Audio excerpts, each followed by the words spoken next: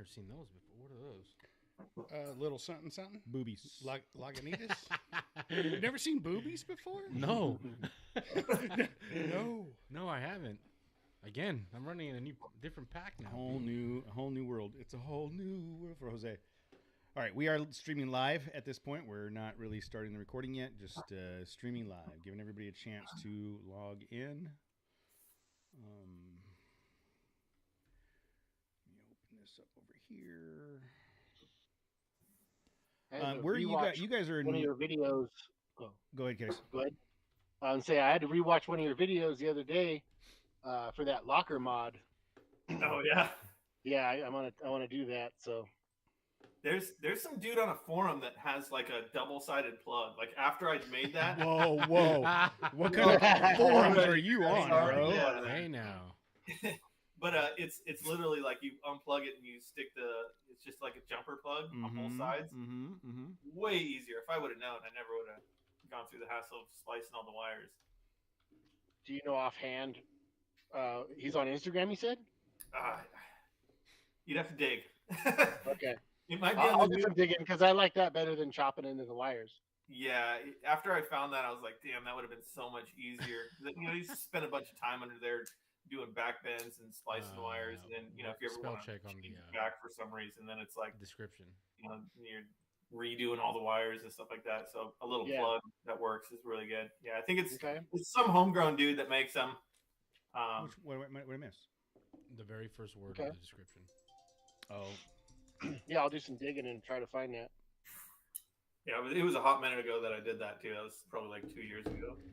I've been meaning to do it, and I've just been trying to check stuff off the list and find. I was like, oh yeah, I wanted to do that. So. What is up, Betty White and Horse Trainer? They're in the chat. We're getting a bunch of snow up here, so it'd be fun to toss the locker on in 2-wheel drive and do some Brodies in the parking lot. Oh, yeah. Is that what it is? You can't put your locker on in 2-wheel drive? No. Correct. 4-low only. Yeah. I did that mod, and then I immediately, me and him took our trucks over to an abandoned parking lot. And I was just doing computers all over the place. It's probably my favorite video that we shot. Even Jeeps can't put their lockers on 2-wheel drive, dude. And in a Jeep, it's got to be in 4-low. See, I can put my locker on in 4-high, I think. I've never tried to put it on in 2-wheel drive. Oh my 4-low, in a Jeep, it has to be 4-low, and you can't. I think you have to put the front one on first before you can put on the rear, or vice versa. The other way, it's the rear first, and then both of them. You can't just choose the front one. Yeah, on a Jeep. On my Dodge, you can put the locker on in 2-wheel drive. Yeah, same with my F-150. Yeah, I'm. We're driving the wrong truck. Yeah, well, that for sure, absolutely for sure. Yeah, I'm pretty sure I can put it on in 4-high, and then I'll have to check the 2-wheel drive thing. Well, isn't that when all your Christmas lights went off at the punch bowl? Wasn't it because you tried to do it in 2-wheel drive? Oh, that's right. You're absolutely right. We were in the sand, and I put it in 2-wheel drive with the rear locker on because someone suggested I try it. I thought it would work, and I ended up smoking out the truck, and I thought you had more power than it, than it had. No, it did not. All right, we don't know how long Matt's going to be, so we'll get started without him. He got a work call. No, he had a work call. Okay. Are you guys ready? Dan, Justin, you guys ready? Let's do it. All right, Jose, Casey, ready? Mm-hmm. All right, 3, 2, 1.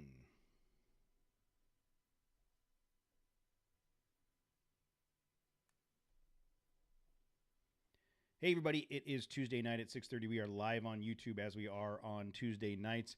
And tonight we are joined by Dan Grooter and Justin Moreno. How are you guys doing tonight? What's up? How's it going, guys? Good. Hey everybody. You guys are welcome back. You guys are Northern California, right? No. North of you. I wouldn't call it Northern California. Where, we still subscribe to the Southern California. It's like North guys. LA. North LA. What city are you in? Moore Park, which is... Oh, for some reason I thought you were farther up there. I thought you were closer to Sacramento. My bad. No. So So Dan, this is what your second or third time on the show. There was it's been at least a year since the last time we had you on. It's been a while. I think it was 2 years. And Damn. we were informed that this is Justin's first time, so everybody in the chat room, go gentle and or don't, please. Or don't, not dry. And be nice. So you guys, for those of you that haven't already gone to Dagroot X on YouTube at Dagroot X, you can follow the exploits of the Nissan Xterra and Nissan Frontier build. You guys are getting prepped for some upcoming races. Let's talk about first of all why you chose Nissan, because we've had this conversation in the past. There's so many other vehicles, like you could have got a Ford Ranger, but you guys are building up this Nissan Xterra. Give us the quick rundown on that Xterra, like the story behind what it was, what happened, and what it's become. It's a very long story how this Nissan became a race truck.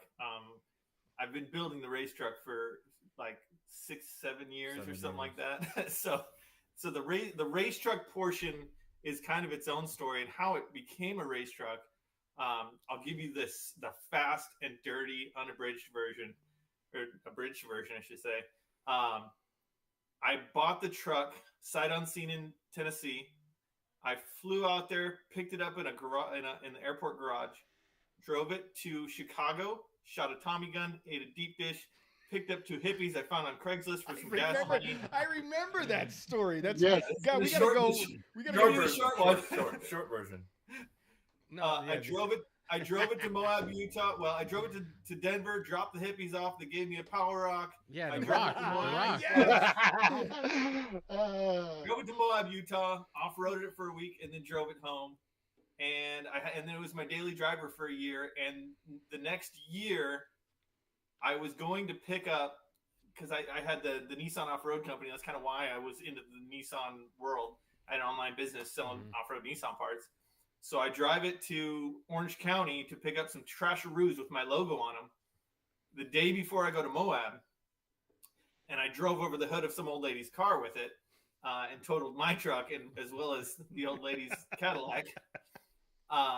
And so I bought it back from an insurance company for like, I don't know, $2,000 or something like that. And then it sat in the garage for whatever it was, 3 or 4 months. And I bought it, and at that time I bought a new Frontier, because my truck was kind of wrecked, and it was pretty beat up. I had to do a lot of stuff to fix it. So I was like, in the meantime, I need a new truck. And the Xterra was getting discontinued. I bought a new truck, got the Frontier.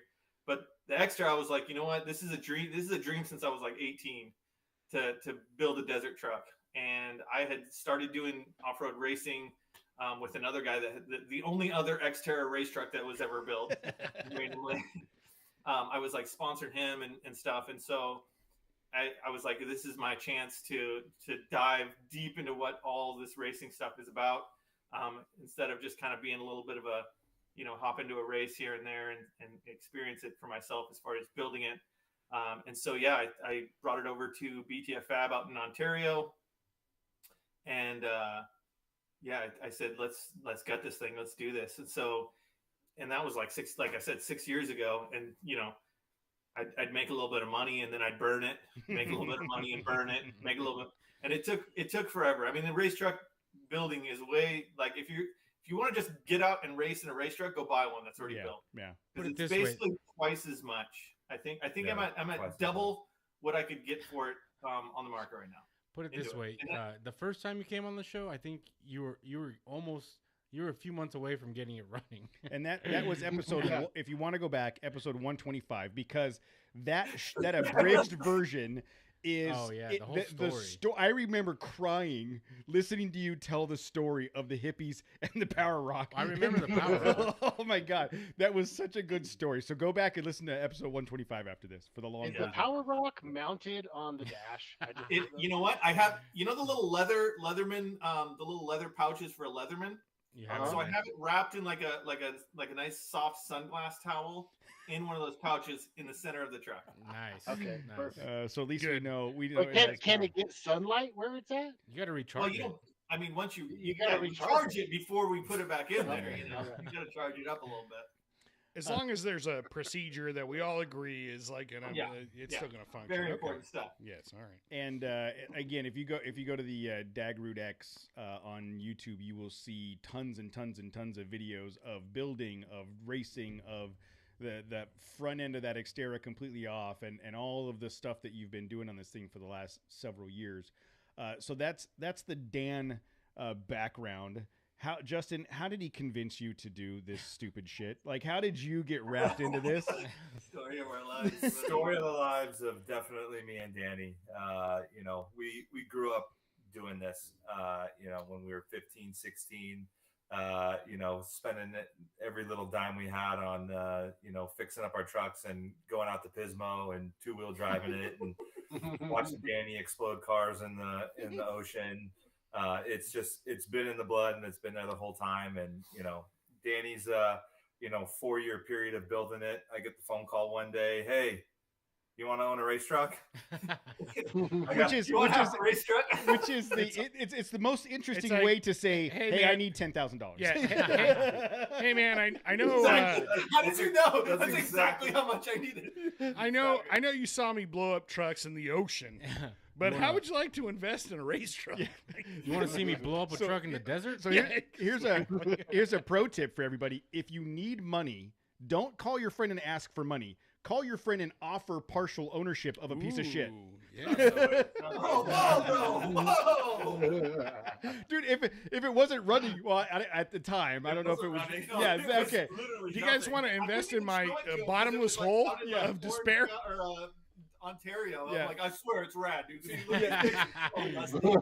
Hey, Casey, how would you like to be partial owner of a swimming pool in my backyard? As soon as you said Ontario, I was out. Like, nope, I don't want any part of Ontario.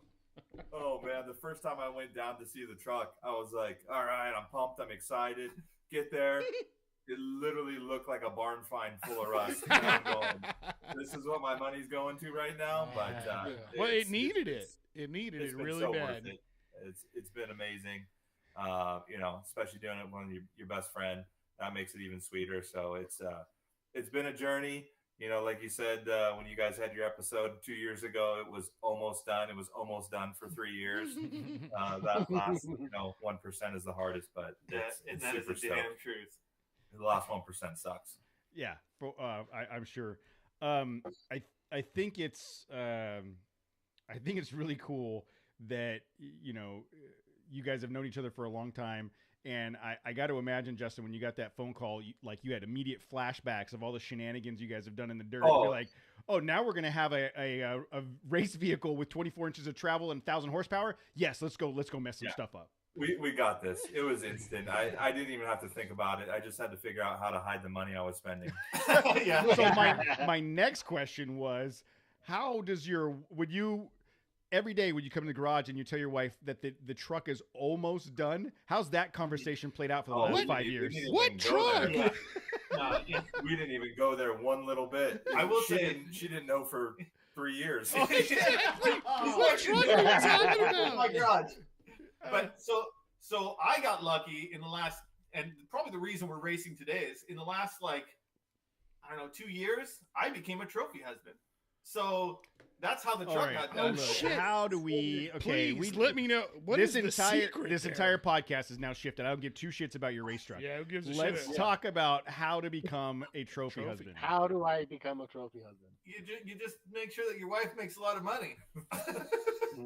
Because I've already got the looks. I mean, you are arm king. Randomly, COVID was really good to me. All right, damn, really good. Shit. COVID came on really nicely.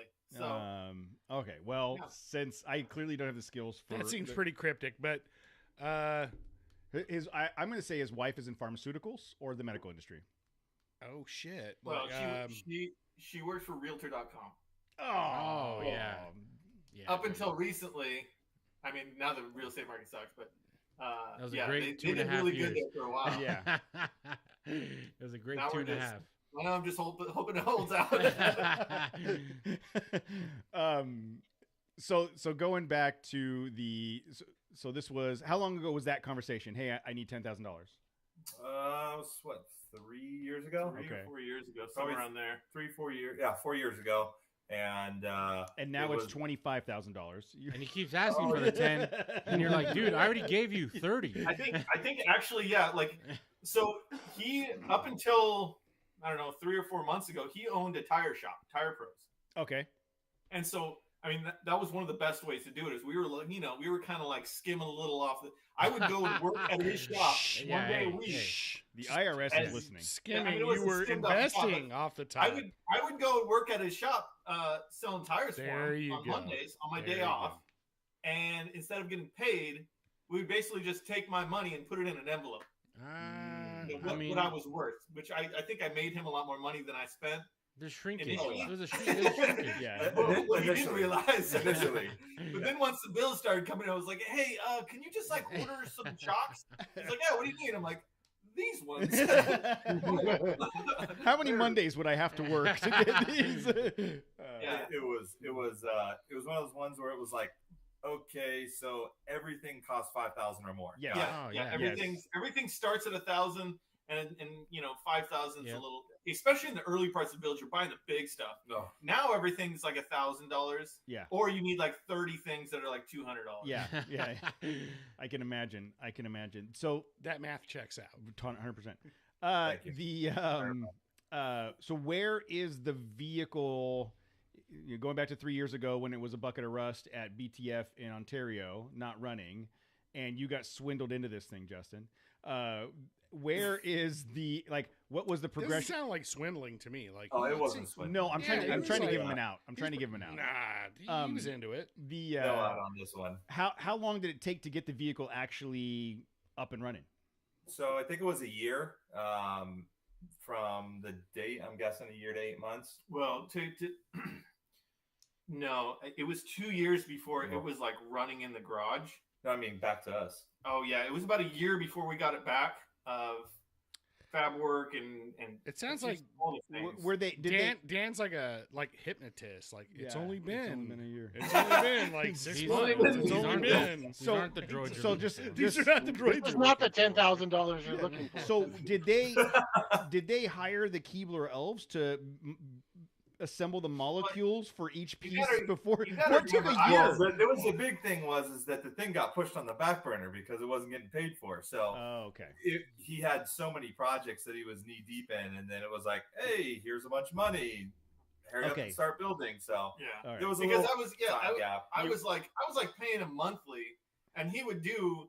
Like, okay, here's $1,800, and he would do $1,800 worth of work, and then it set was it like in the back of the shop. Like, here's $500, and he's like, I'll wait till next month to do the next amount of work because $500 is like a couple days worth of work on when you're doing custom fab crazy shit like that. So, Cody, can we steer this interview so we're not trying to get them to fight against each other? Like, let's get into like positive things.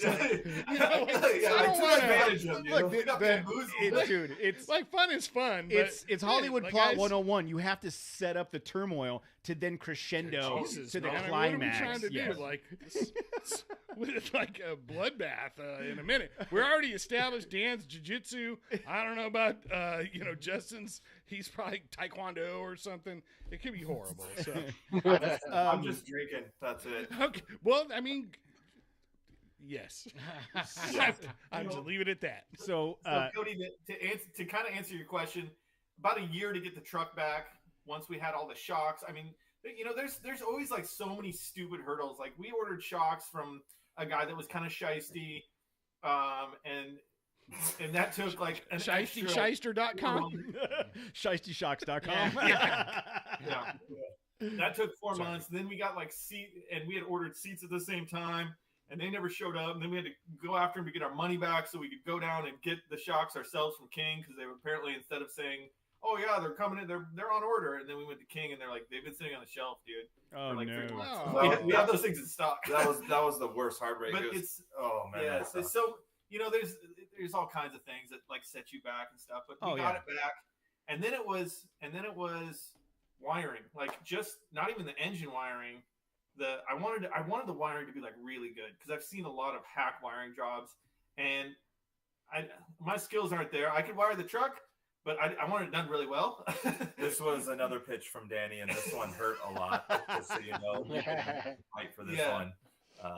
So I mean, I spent like $3,000 to get just the cab wired, because I already had the engine harness and stuff like that. But lights everywhere, and it's beautiful. Don't get me wrong, it's beautiful. I got big old connectors and well, and just so you know, you could have had me and Casey up there wiring for like a couple cases of beer and like some pizza. Over a weekend we'd have. That's what I was trying to avoid. That's what we were doing. I got to imagine in a race truck, the wiring has to be very clean, very, very strict detail, because if there's anything that's not working, you can't be unzip tying a giant bundle of wire to figure out whether or not it's soldered. We just use electrical no, tape. my point is it up. My point is I can fully respect the need to make that wiring, because just not making a good connection on one wire will ruin your entire race day. Just as stupid as it is, a 16 gauge wire that comes disconnected, you're done. Because now it's going to take 2 hours to try to figure out where it is. Exactly. So I can do mechanical things. You can track mechanical things down. Something as small as that. I have 3 spots on the truck that grounds everything in my harness. So you're not chasing grounds. Because of one thing or another.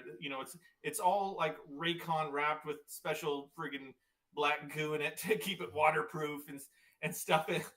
And there's no like I'm not worried about it chafing on somewhere and it's gonna go through a wire. And a year from now when the dust blasts through the truck a couple times, the electrical tape is flailing and behind. I got 400 things of electrical tape flailing behind me like tassels. So it was one of those buy once cry once kind of a deal things. So that was a big deal. That really helped. But one of the big things is I must have spent a month trying to get it running and started. And here's a shameless plug for my YouTube channel. I have a YouTube video of I was up to my chin and then down to my loins in random wires, like sticking up everywhere for the engine starting process. So I was like all up in the ECU, pinning out wires. I could get it turn over, but I couldn't get it to spark. And I'm like losing my mind for like a month. I was in there every weekend, and I have like alligator clips and wires. I mean, it was a mess. I remember that. Hopscotch method. Yeah. And so what it turned out to be was the park neutral safety switch needed to see a ground when it's in park or dry or neutral. And there was the one wire that I had probably looked at 4 million times and said, oh, that's nothing. That was the one that needed to be grounded. Well, eventually I found that, and I had been trying to start the truck, turn it over 1 million times, and I found that, and I'm like, I bet you this needs to be grounded. So I ground it. I go over onto the driver's side. My truck is back 3/4 of the way out of my garage. I lean in, and I press the start button. It's in drive. The truck just drives right into the back of my garage. Luckily, I had like a big like wall locker, because right next to that was the water heater. And so it smashes into that. My wife runs out, like opens the door. She's freaking out. I'm like, chill out. Nothing. You're all, honey. It starts. It works. It's working. Yay! And she's on a conference call and she's showing all of her like realtor friends. She's like, look at my Indian husband, because it was loud. It was like crazy loud. It probably traveled, I don't know, 13 feet to get into the back of my garage. It just smashed it.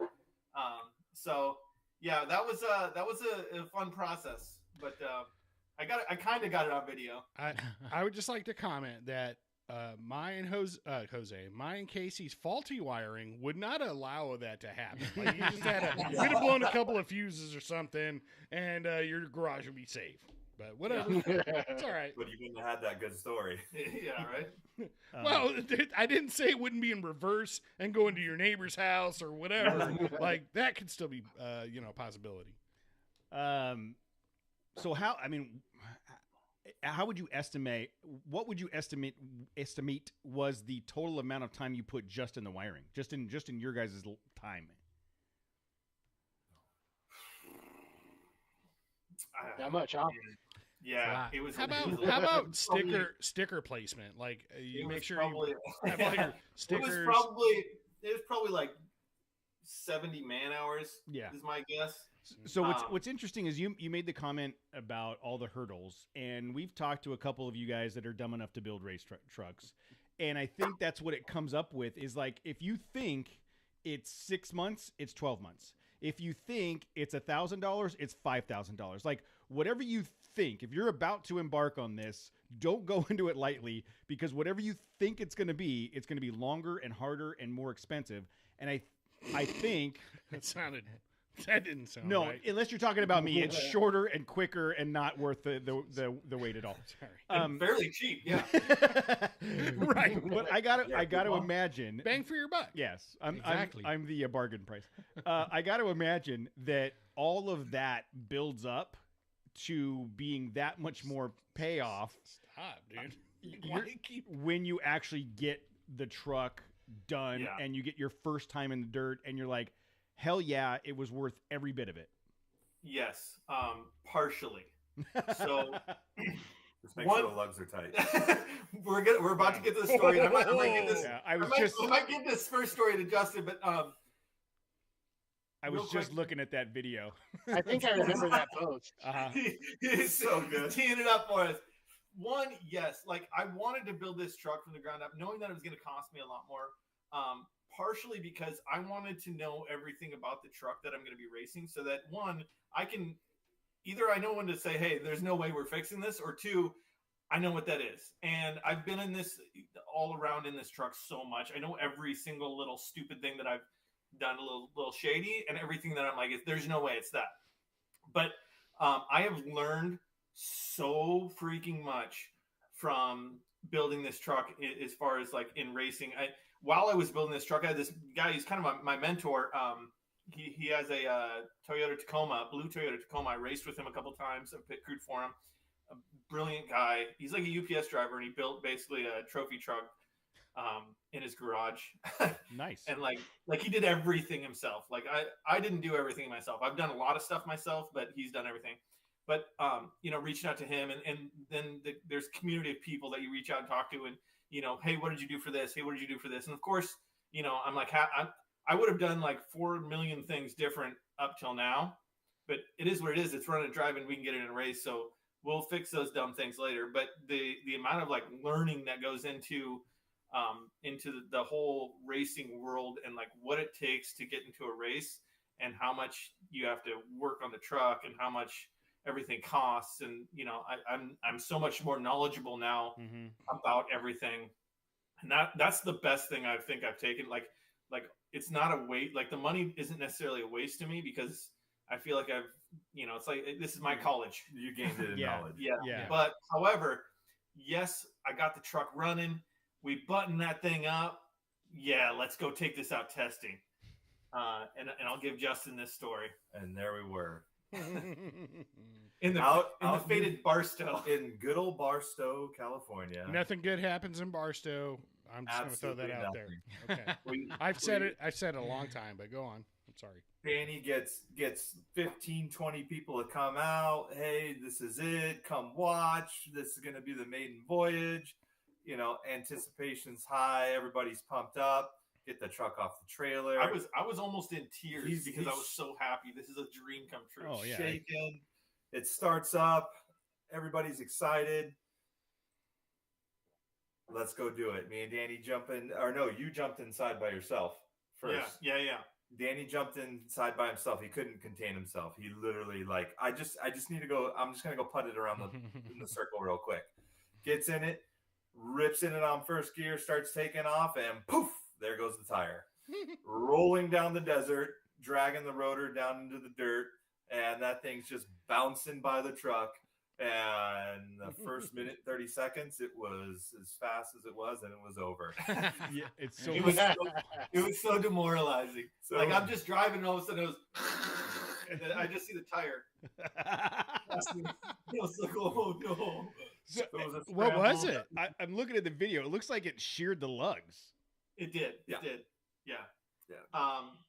Just always Who remember knows to tighten your lug nuts. Who knows if they were tightened or not? That wheel probably came off 4 million times. We learned a valuable lesson about doing a nut and bolt check. Definitely got to do your nut and bolt checks before you get out. But I mean, that's right. That's kind of the thing. You just built. It seems like actually kind of like the obvious omission or whatever is like we just built this entire vehicle and the last thing we didn't do is check the lug nuts. Like, well, yeah, that guy. So and such said he fucking put the fucking wheels on. I'm sure he did it, or whatever. And whoops, exactly. It gets better. Okay, please. So some of the guys go down. There's an AutoZone down the street. They somehow get lugs and studs. We tap them all in. All right, hey, let's try this for round 2. I get in the truck. We're all helmet up. Let's go test this thing out. We get in and Danny hits the accelerator and it's nothing but staying in first gear. And we look at each other like, is this for real? Do you have it in first? What the hell's going on? And we spent about a good 2.5 hours trying to figure out, sticking around on it, resetting batteries, clearing faults, just all the dumb stuff, checking everything. The fluids. Because at the time there was a automatic transmission in it. And then I think right after that, I was like, all right, let's get back in it. You drive it this time. And mind you, Justin he's always been an off-road dude. Me and him have always been off-road dudes, but he hasn't been like deep into the scene like I have, like especially with me going out and doing my Tennessee runs for the Nissan stuff and Moab. Yeah. He definitely off-roads. He mobs his truck and stuff like that, but it's a little different. So this is his first time in the truck driving. We hop in and it's freaking bombing. We're like, we got no helmets on, no nothing. Yeah, we're just gonna go take it for a little drive, and then he's like, "Oh, it's working good." I go all the way up to full gear. We're ripping it around, and I'm like, "All right, switch quick, you jump in," because Danny still at this time has not gotten past first gear at all. So I'm like, "Switch quick!" He jumps in, gets in, bouncing off the reveler. I'm like, screw this, I'm just gonna go have fun, so that like basically I was just like running over bumps as fast as I could. It was probably 25 miles an hour, doing little jumps on stuff. So I tried it. Like I kind of got to the point where I'm like, we're not gonna fix this here. So I'm gonna get as much in as I can, especially while everybody was out there and stuff like that. And then we parked. It was like, on one hand, it was the most amazing, like awesome, like we built something and it drives. And, we could I could finally feel the suspension, and like you just pointed at something and you drive over it. It's a weird thing when you're in a car or a truck, like a race truck, and you see a huge ass thing and you race and then nothing happens. Yeah. And you're like, damn, bro, let's hit it hard. Go. That's by far, that's like the one thing that I want to experience. I don't care if it's in a race or not, but I want to have a vehicle where that's not the limiting factor. Like we've hauled You're ass. The limiting yes, factor, we've hauled ass in the vehicle, desert. yeah. But there's a point in any one of our street legal production ready vehicles is like you get to a point where like I could do that, but it will be the last thing I do. I will have no teeth left. I'm not making it to work my day. Yes, the car's going to be totaled. The idea of looking at a 2-foot dip and going, hit it harder. Fuck it. Yeah, that's send it. And I'm watching this video, this first test video on your YouTube channel from 2 years ago that kind of walks through a bunch of that stuff. It's super cool to watch you guys. Like you said, you're just tooling around the camp area, but I'm noticing that you've got the. Well, I want to know, was it like the linkage or something, like shift linkage? Why it wouldn't go at a first or something? So the stock trans that was in it, it's the same thing that you guys have in your Frontiers. It needs to see CAN bus signals from the ABS and the body control module. It needs to see these signals, and I don't have any of that. I have an ECU for the motor.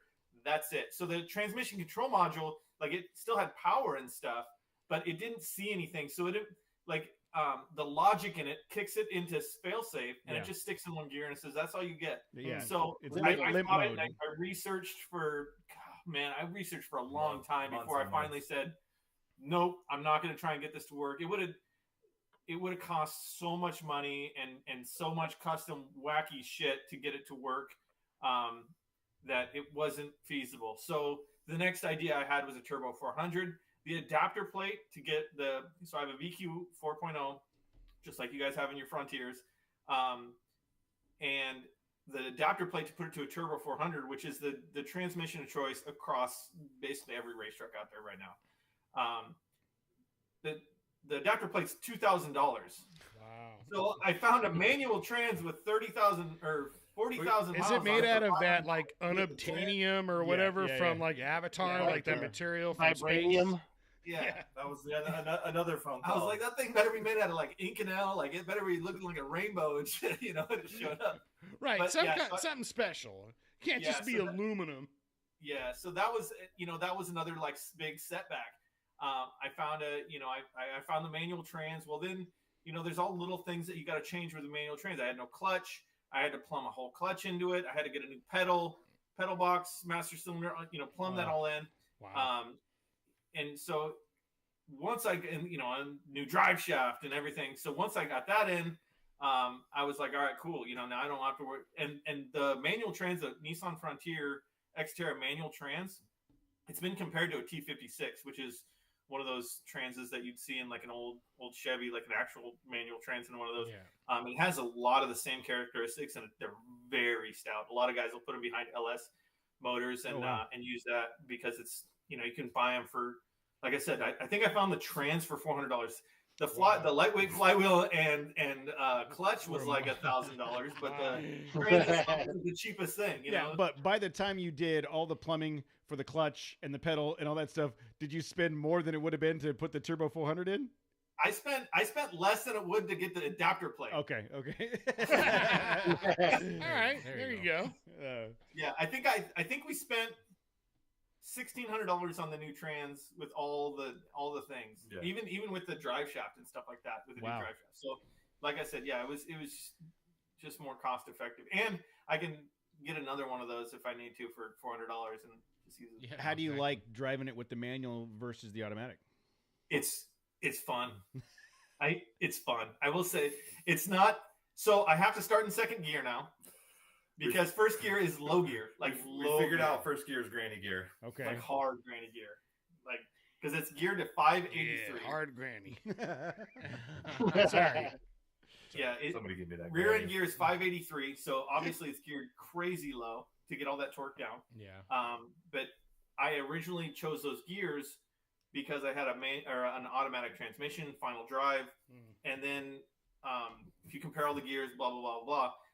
That first gear that I have right now it's kind of worthless.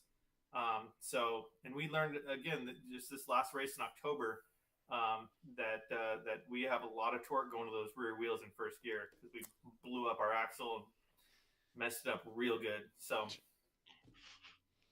yeah,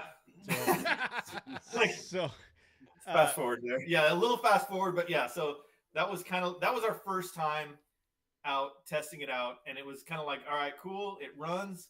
The engine was strong. Like I said, I was bouncing off the rev limiter. And that motor's strong. It's good. But it was, it was like, all right, back to the drawing board. We got to fix a bunch of things. But the second time we took it out was like tears in my eyes, like joy of a newborn child kind of a situation. And looking at the truck, dude, it is freaking awesome. It looks amazing. The front end, you've got, I'm assuming, like a Titan swap, long travel arms. It's huge, very wide stance. And I noticed you kept the leaf springs in back. And are those stock length Xterra leaf springs, or are those, because they look super long to me? Yeah, the shackles go outside of the frame. They swing outside of the frame. Yeah, and that was by mistake design. It looks like a good mistake, though. I guess I ordered the springs, and mind you, this was in the very beginning when the truck was first being built. The guy that built it had never built an Xterra before. It's actually Raptor width. So a Titan would be F-150 width. A Raptor is wider than a wow. F-150. Wow. So it's almost 90 inches wide. Like you can't drive it onto a regular trailer. It's so freaking wide in the front. It's ridiculous. Anyways, so the rear leaf spring is, I mean, I'd love to have a linked truck, but the leaf spring keeps it in the budget class. And it's a leaf spring class that I run it in, class 2000, or it's a 7100 truck as well, which is kind of a dying class. So I just started racing it in class 2000, which is leaf spring, I think 35s. It's a steel, they call it the steel cab series and some of the races and stuff like that.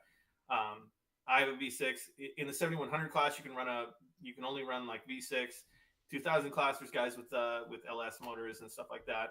But those rear leaf springs are a very limiting factor. You can only make leaf springs go so fast before you break them, or before you put too much power to them and you get too fast, and eventually they'll break. So it is kind of a limiting thing, but I mean, you can have so much fun with them. It's not like, I still have 18 inches of travel. Yeah, I was just going to say, looking at just the video of the little test run here in Barstow, the amount of rear wheel travel you're getting out of those leaf springs is super impressive compared to your standard leaf pack on any other vehicle. You know what I mean?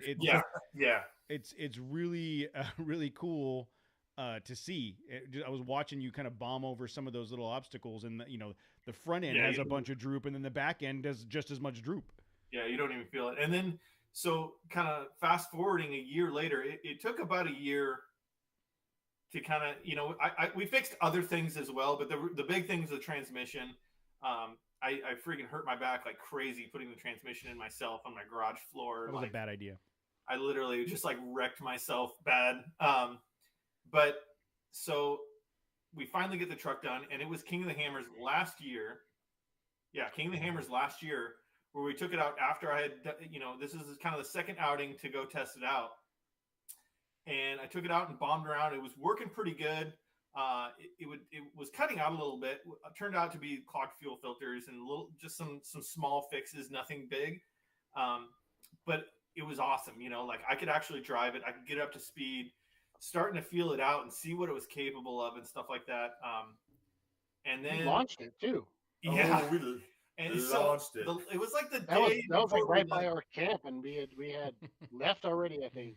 Yeah, it was the day before we left, and I had my buddy in the truck, who was actually in the truck. The last time he rode in the truck was when I crashed it. He was in the truck when I crashed it.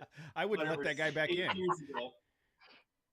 I go to give him a ride. I drive around a little bit, show him. He's like, "Oh, this thing is amazing," And I kind of see this big friggin' lip, and I'm like, "Let's just go friggin' hop it up a little bit." I'm thinking we're gonna jump it a couple feet, maybe 2 feet in the air a little bit, And at this point, I had driven it around for a couple days.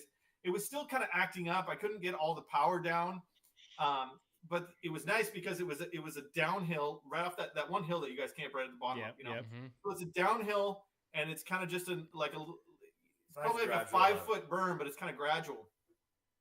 So I get after it, and it actually had power, and I went off that lip, and it flew like a friggin' canary. It sent it into the moon, and like I went up, and I'm waiting for it to come down, and it's just like up there, up there, up there, up there, and finally it sits down, and it was just like absolute butter. And me and my buddy just turned to each other, just wide-eyed, and we're like, "Holy shit, that just happened!" But and then I saw a bunch of my buddies who were videoing, and they're like, "Yeah!" They're freaking out. And I'm like, and I pull up next to him, like, "That was huge, right?" And he shows me this video of my truck just at least 6 feet in the air, probably 40 feet long as far as like the length of the jump was. Long. I mean, yeah, it came down super flat, and like it stuffed all four wheels. Like I got all the way into the bumps. Don't get me wrong. That's about as high as I ever want to jump it, because I found out, I tested the limits right off the bat. But tell me while you were in the air, tell me your mind wasn't doing that calculation of the parts you were about to replace when that thing found gravity. Like the whole time in the air, like this is going to hurt so bad. Yeah, for every second. Well, truthfully, when I was in the air, I was thinking, yeah, I think this is going to be all right. I think, like I had some, and this was a couple days into, like I was initially I was driving the truck kind of light. Like I was still feeling the truck out. I definitely was not pushing it anywhere near its limits. And that's the thing is like, I've spent so much time and money and effort into this truck. I'm almost scared to push it to its limits at this point. You know, I'm still, we're early in the relationship. You know what I'm saying? Yeah. I didn't want to go full plunge on that. Yeah, you don't know exactly what you can get away with just yet. No, you got to set. And all of a sudden, I was right up in there, and I was like, "Oh, I think this is it." Like it just kept going, and then like the second it landed, it was just like every single man hour, every single dream that I had up until that point, I was like, I've got it up on the screen here, so the guys can see it. Yeah, Anybody watching? It was just like it was all every single bit of my hard toiling and getting grief from my wife was worth every bit of it at that point when I landed. Oh my god! That video, that shot of you awesome. of you launching that thing. So there's the. It's like it's like the it's straight out of a. No, I'll tell you. I hear the General Lee like. Yeah. You guys just jump a river or some shit. I was like, we got to do that again, and I ended up doing it like 4 more times. Oh yeah, that's Dukes of Hazzard shit right there for sure. And then he takes his like Dodge Ram and he starts jumping that thing. It didn't quite send like mine did. There's the slow mo. Yeah, it is, and it's impressive the way it not only took that initial ramp like as it was coming up. Like you could see the suspension soaked it up, and then once it launched and landed, like it just squatted.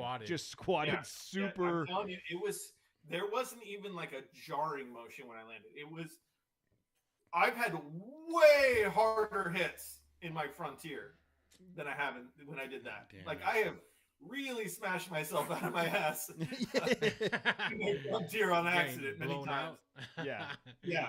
Where you're like, oh gosh, we got to slow down. You know, you get that bucking motion. Yes. Mm-hmm. Well, that's going back to the conversation about trying to bomb the desert in your daily driver like that.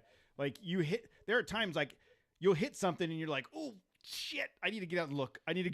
To see if anything's bent up. Sure. Don't look. Yeah. Don't look. It was this jump was so smooth. I didn't even get out and look at the truck. Oh.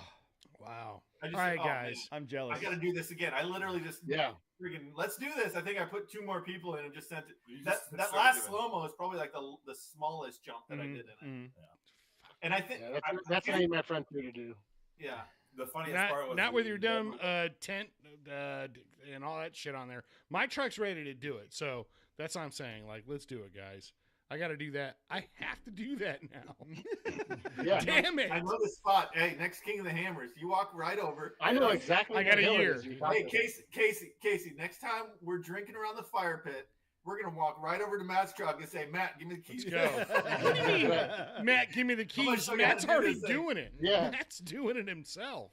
Hey, that's awesome. Way bigger this year. No, that was so cool. Way bigger. So let's fast forward a little bit. You guys have gone through all the growing pains, all the building, all the testing, all the stuff, and now you're actually racing this thing. Like you have gone out and done it. You're living the dream. Tell me about that part of it. About now that the truck's done, you got to go race. What's that been like? Well, it was for me. It was the sitting at a bar getting wasted. And oh yeah, that's right. And me and Danny are just having a good old, boys' night out and getting some beers at the bar and hanging out, BSing. And Danny's talking about, hey, there's this California 300. It's coming up soon. So I look at it on my phone. I'm looking at it and said, he started talking with somebody else, and as he's talking with them, I just freaking entered us into the race. He holds the phone up. He's like, looks like we're racing in a couple months. Mind you, when the truck is not done. The truck's not done. I had literally just sold my house, and I was going to be homeless for 2 months until my new house. The people that I was like, they had moved out of their house, and I was living out of a trailer. My race truck was at his tire shop, like collecting dust. And I was like, oh, okay. Oh, so wow. I moved into a new house and I had 3 weeks to basically like race prep. When I say race prep, so the truck can go and jump 6 feet in the air. That doesn't mean shit if you can't get through tech. Yeah, right? exactly. So tech is like, You got to have this sticker at this certain height on this part of the truck. You got to have your window nets within 1 inch of the freaking Jim Jam Schlimmer Slam. You got to have, Jim Jam You know what? I've been looking for a good Jim Jam Schlimmer Slam. I can't seem to find one on Amazon anywhere. You're looking in the wrong section, sir. I Is that on AdamandEve.com?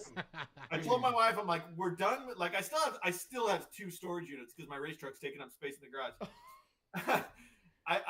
I moved all my furniture and all my stuff, like the necessary stuff into my house. And I said, honey, I'm in race mode now. I'm going to be working on the truck for the next 3 weeks nonstop. Mm-hmm. And that's what it was. I was grinding in every night, every weekend, grinding on the truck. I was mounting the jack and the jack handle. And there's so many little things that you don't think of.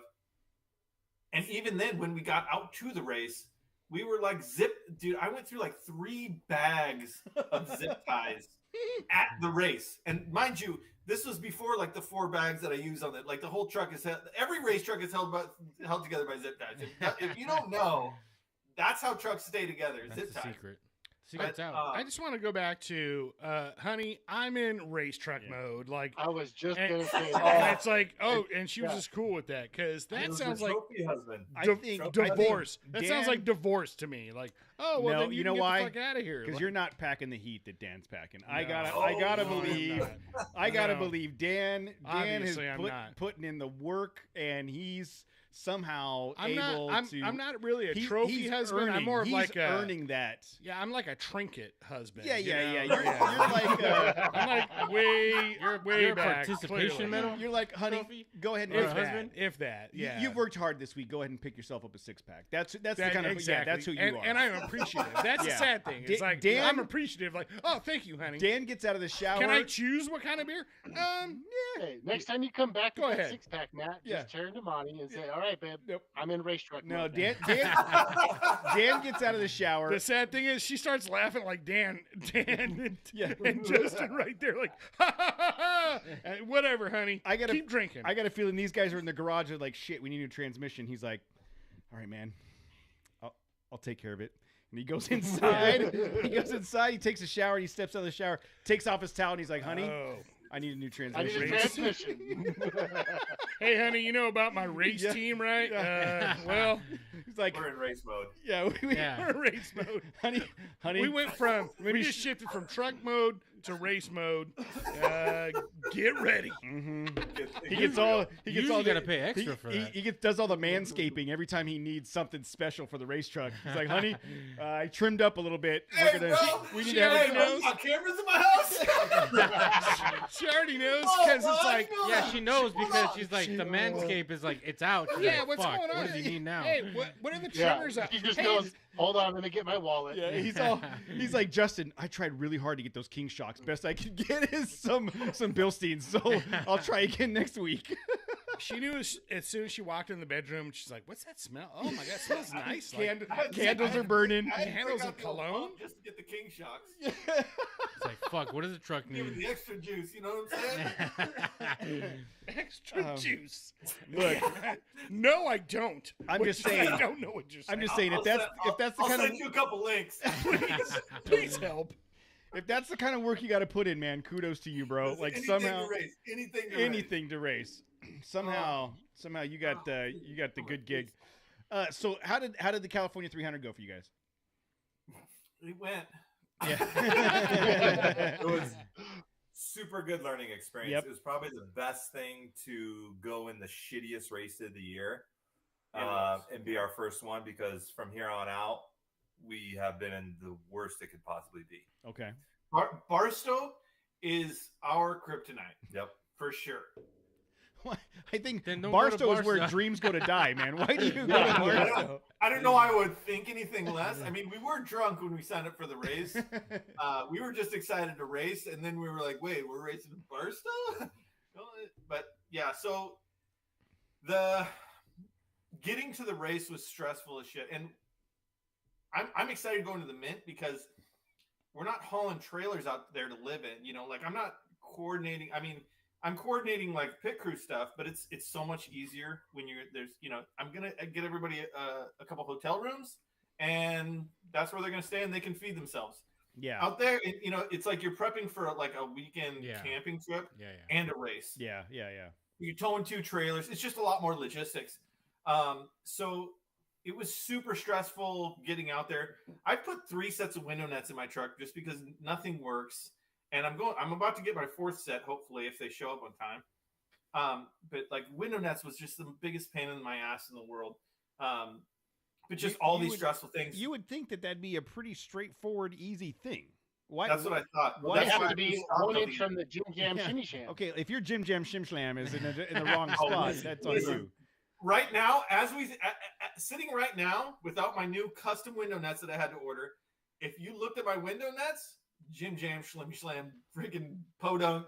Oh my gosh! Like I don't know how I passed tech inspection. So here's let me tell you about getting through tech inspection. So I'm stressed as shit because they're like legal. Like if you look at the rule, I could fail or pass it as somebody that was looking at my truck. It was borderline. It was borderline. I was doing the best that I could with the tools that I had.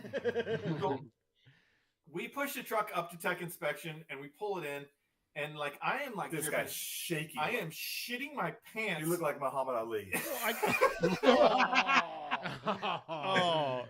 But I can imagine because everything comes down to that.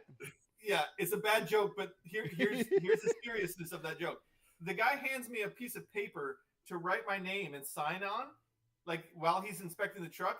I couldn't write my name. I was shaking so bad. Like literally, I was so stressed out at that point, and I wanted to race so bad. I was shaking, and like if you looked at it, it looked like an 80-year-old man tried to sign my name. I was just like I was laughing. That's why they let you through. They're like, "Oh, he's got palsy. Let him through. That's fine." Yeah. He's a Make-A-Wish Foundation person. Let's just let him. Exactly. I'm like we pulled up, and I looked down at the wheel, and like 3 of my beadlock bolts are like coming out of my freaking wheel. We're all going around. Yeah, like we're like squeak, squeak, squeak. Like, over here, throw a distraction quick, So Danny, go talk to him. Like they passed us, and from there on out, I was just like a million pounds of pressure was off my back because it was like once you pass, you're racing. Like they can't really stop you. So let me add, because I don't know about the process. I know that you go through tech inspection. If you go through tech inspection and they go, "Nah, this doesn't work," you still have the opportunity to go fix it, right? Yes. I and that's the biggest thing is if they said your window nets are complete shit, there's like you have to do like I didn't have. There were some things where I knew that like. I was kind of on the borderline where I'm like, if they say something, we'll go over there and we'll make it work. We'll do some shlam and we'll make it work. The window nets was the biggest thing for me. And they barely even freaking looked at them. Of course, I knew that was going to happen. But at the same time, it was my biggest stressor. It was the freaking door handles. Yeah, they busted us about like we had to have a secondary door latch and we didn't have one. So we threw a bungee cord around it. But again, yes. Take me back to the race nets have been around since 1804. It seemed every race vehicle has race nets. Why were yours so hard to? What's the deal? 2 reasons. The rules say that they have to be mounted to the roll cage, and they have to be within 1 inch of your window opening. My roll cage and my window opening are like the most opposite shapes on the face of the earth, and they're like 10 inches apart, like in every direction. Like I could show you pictures, but it's there's a whatever window shape a window is, and then you have a square window net. Even if you have one that's kind of like a square with a triangle on the edge, they're still not even remotely close to 1 inch opening for the window. Second of all, to mount the bottom of it, my door bar goes like this. The bottom of the window net goes like this, and so it's a complete shit show without having like super custom window nets that are like 6-week back order kind of a thing. Okay. So I mean, I learned just order the custom window nets and nobody cares and it's perfect and everything. Everybody's happy. It's like no big deal. So how about just an agreement? Like, okay, when the truck is tumbling and it's like, I'm going down a cliff or whatever, I promise I won't go out the bottom portion between the net and the window. I just won't do that. Or I'll sign a waiver. I'll draw a diagram. Like I'm not going to go through here. promise. Or just build your cage to match the shape of the window. Oh, whatever. Well, then it'd be pretty hard to get in and out. It's like really hard. Dukes of Hazzard that shit through the windshield. It's a long saga that I don't want to get into anymore. I'm done with effing window nets. Look, this is what we got, right? I'm so effing done with window nets. It's not even funny. You got to Bo and Luke Duke that shit. Yeah. You know? Yeah. So was it while we were pushing the truck, the shocks? While we were pushing the trucks into tech inspection, we finished tech and we were I think we were gonna go do radio, or we were doing something. Yeah, we were gonna go check the radios at Rugged Radios. Yeah, just check it, make sure things were good with it or whatever. You know, I'm on cloud 9, everything's great. I'm like, we're freaking racing. My dreams are gonna come true tomorrow. You know, it's like I was literally like the same exact feeling of when you know you're about to like have sex for the first time. I'm telling you, it's been a long time. So you wanted to vomit? So you want to throw up and fear and anxiety, fear and anxiety, and apprehension. All of a sudden, she says, "It's like when she whispers, tonight's the night." That's what happened. That's what the tech guy did to me. Look, so Dan is on a whole nother level because that's not nobody whispers in my ear anything other than pick up milk on your way home. Like that's the only thing I'm getting. Or get the fuck away from me. Don't you dare touch me, asshole. What the fuck are you doing? So, who are you? So you're on your way to the radio check. So we're on the way to the radio place. We pull up to Rugged Radios, which is kind of in the big contingency area. The contingency is where they do the tech inspection. They show off the trucks, etc. And my buddy walks up to the reservoir on my rear shock, and he pushes the cap down. And the way that reservoir works is the pressure and a little bit of fluid. There's a piston that goes up and down in there, and the cap has a rubber seal on it, and it's kind of like locked in over the C-clip. Well, it should be pressurized in there by about 200 psi of nitrogen, 150, 200. He pushes the cap for some reason, and it drops down into that reservoir on my rear shock. And he walks over all casual. He says, "Hey, bud, there's no pressure in your shocks. There's no nitrogen pressure." Which made a ton of sense because when we were testing it right before that, it's a little bouncy. A little bouncy in the back. I was like, it's a little bouncy. I don't know. Maybe it's just me. I don't know the truck, you know. So then we're like, shit, let's drive it. And of course, my rear shocks are rad flows. My fronts are kings. That's a whole nother story. But so we're like, shit, we got to get some pressure in these things, you know. So, shout out to King. So went over to the King booth. We gave him the super love speech and said, "Hey, we've got Kings on the front, and we're gonna be buying Kings for the rear. They're on back order. Can you fill us up?" And the guys were super cool. They filled everything up on it. They even replaced the Schrader valve that we cut in half in the front. They definitely hit the stuff. Oh, how that happened. Well, you guys know I'm very pro King shocks, you know, and the cornucopia. Like if you go to their off-road expos, like I was very impressed with their displays. Was Radflow the ones you guys shit on? Radflow was the one I shit on. So we're at Off-Road Expo a couple years ago. And that was like 4 years ago. What happens at Off-Road Expo is I wait till Matt and Jose are feeling good, pretty lubricated, we lubricated. Hand them the remote mics and say, "Go get some interviews. Go have some fun." And matter of fact, I was in a cast still. I was still in after surgery, so I wasn't walking anywhere. Nobody cares about that. Point being, I wasn't there to supervise. And so they walk around, they do their thing. Great interviews. They do their thing. Great interviews. They interview somebody at the King booth and talk about how great their booth is, the whole thing. They walk right over to Radflow and basically ask them why their booth sucks compared to the King shop guys.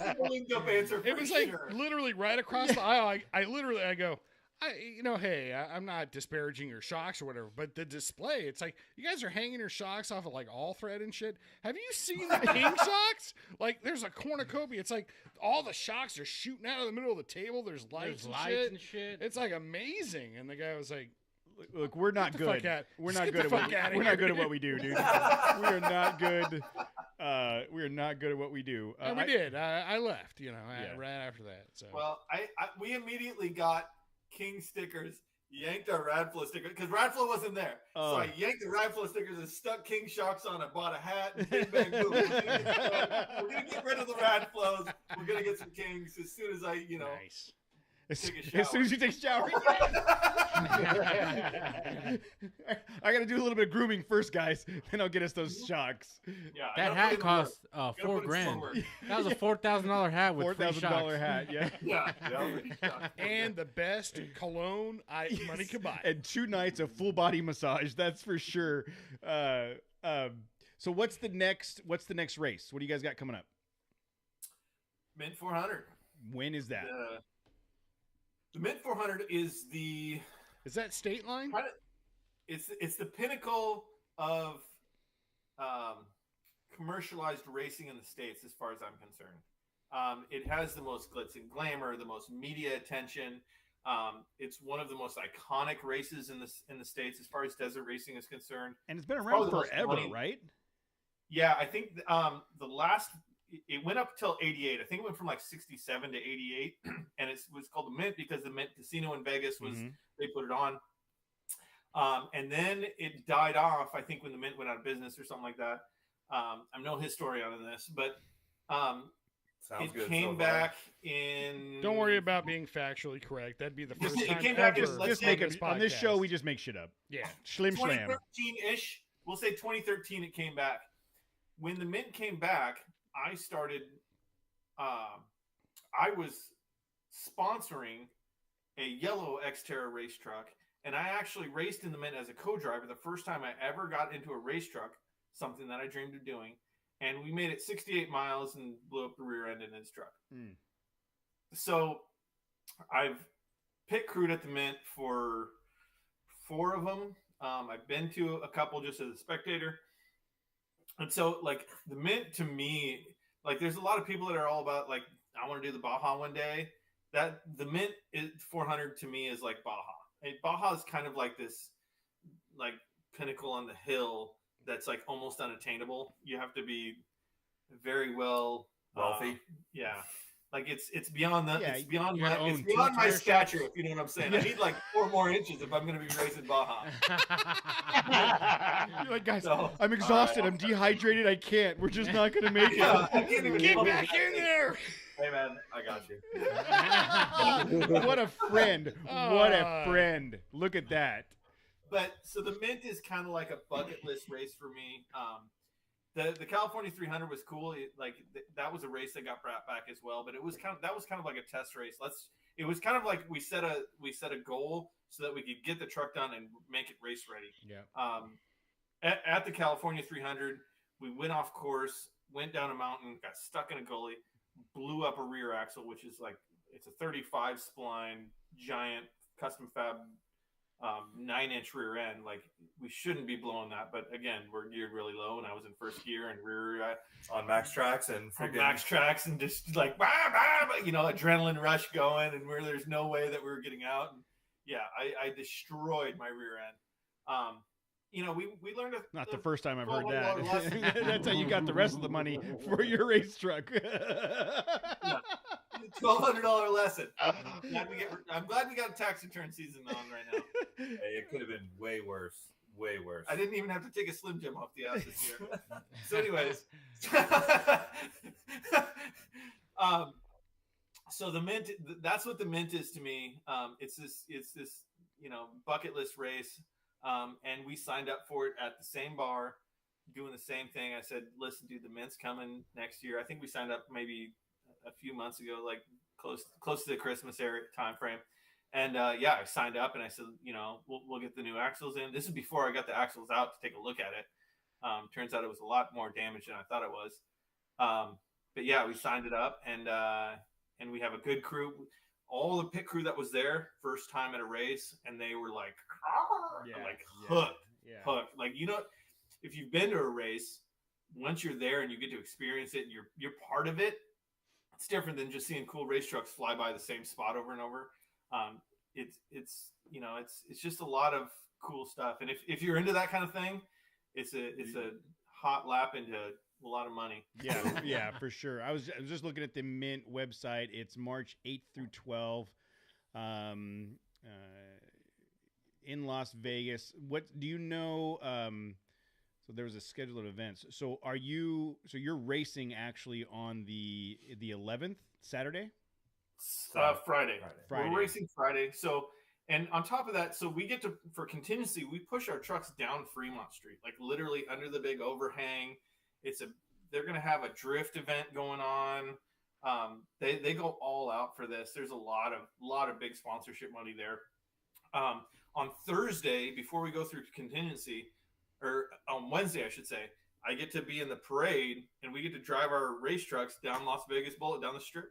Oh, very cool. Which is pretty, that was another thing of, I just thought that would be the coolest thing ever. Like, you don't really get to, I've driven my truck just down the street to Mexico a couple times, around the old Mexican neighborhood, and then back to the States, if you know what I'm talking about. A few times, and it's always a little bit sketchy, especially my new neighborhood where I don't know any of my neighbors.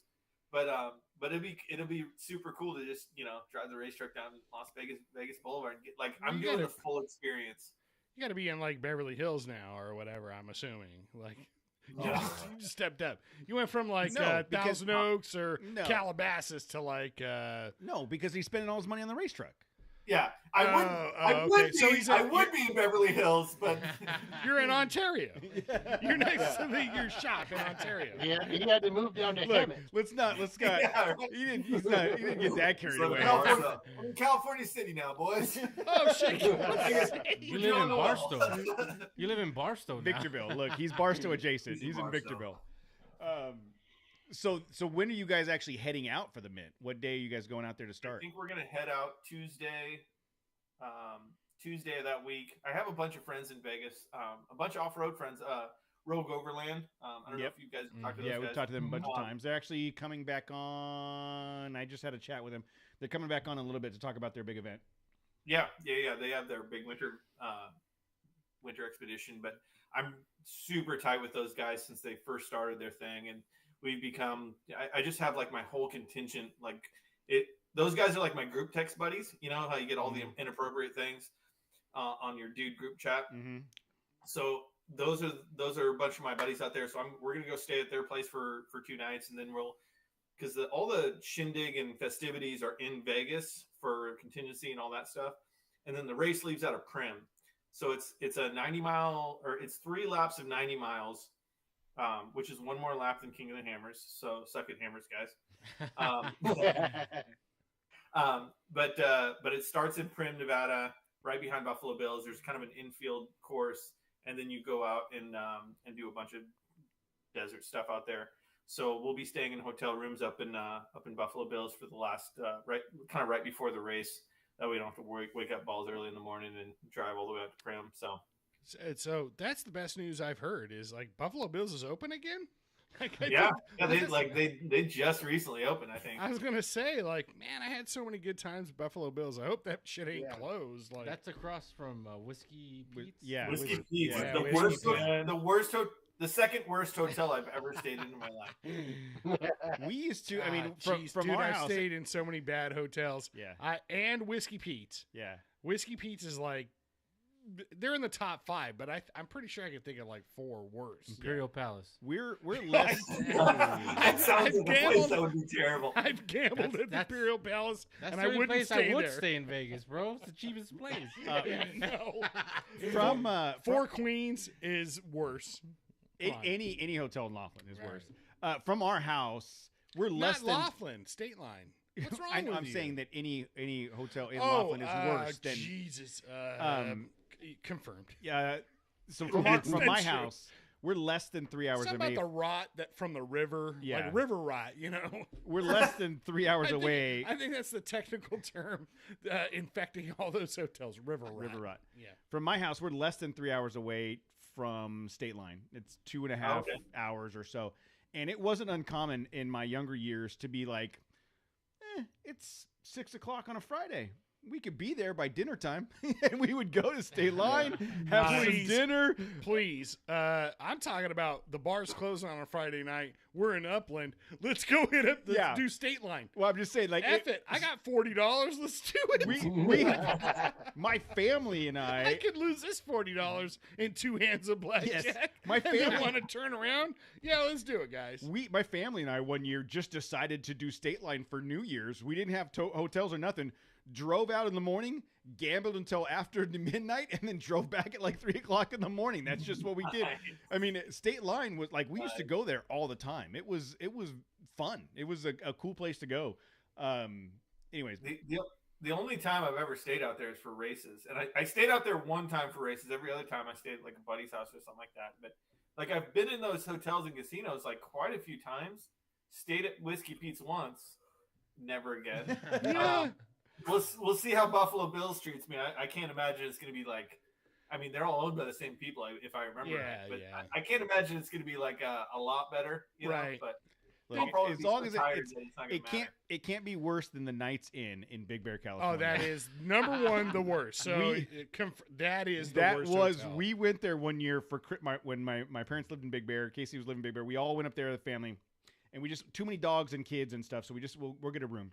It was so bad that we literally took sleeping bags and laid out the sleeping bags because I didn't want my dogs sleeping on their bed. Like that's how bad it was. So on that same weekend, me and Monty, his sister, were like, no, let's go sleep with their dog. Like if we're gonna sleep in filth, let's go sleep with like at least the animals we know. Yeah, like it was. We'll go sleep in those rooms. That place, I'm not sleeping in this room. That place has since shut down and is reopened under a different name. I don't know if it's any better.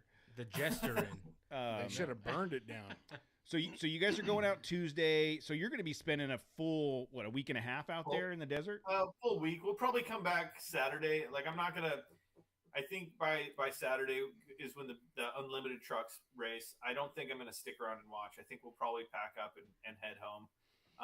I imagine we'll be pretty burnt out by that time. Probably extremely excited from drinking the night before because we finished and we probably won the race. Yeah, I fully expect. You gotta have that.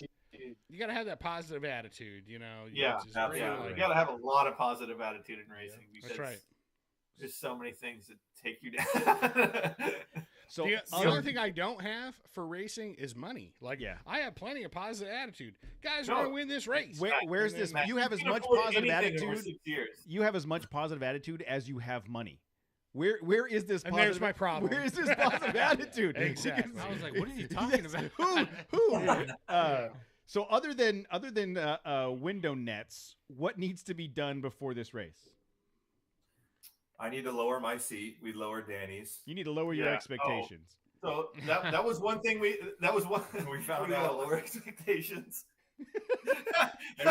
We keep them pretty low. Yeah, they were very low. Why do you have to lower? Last race was to get off the starting line.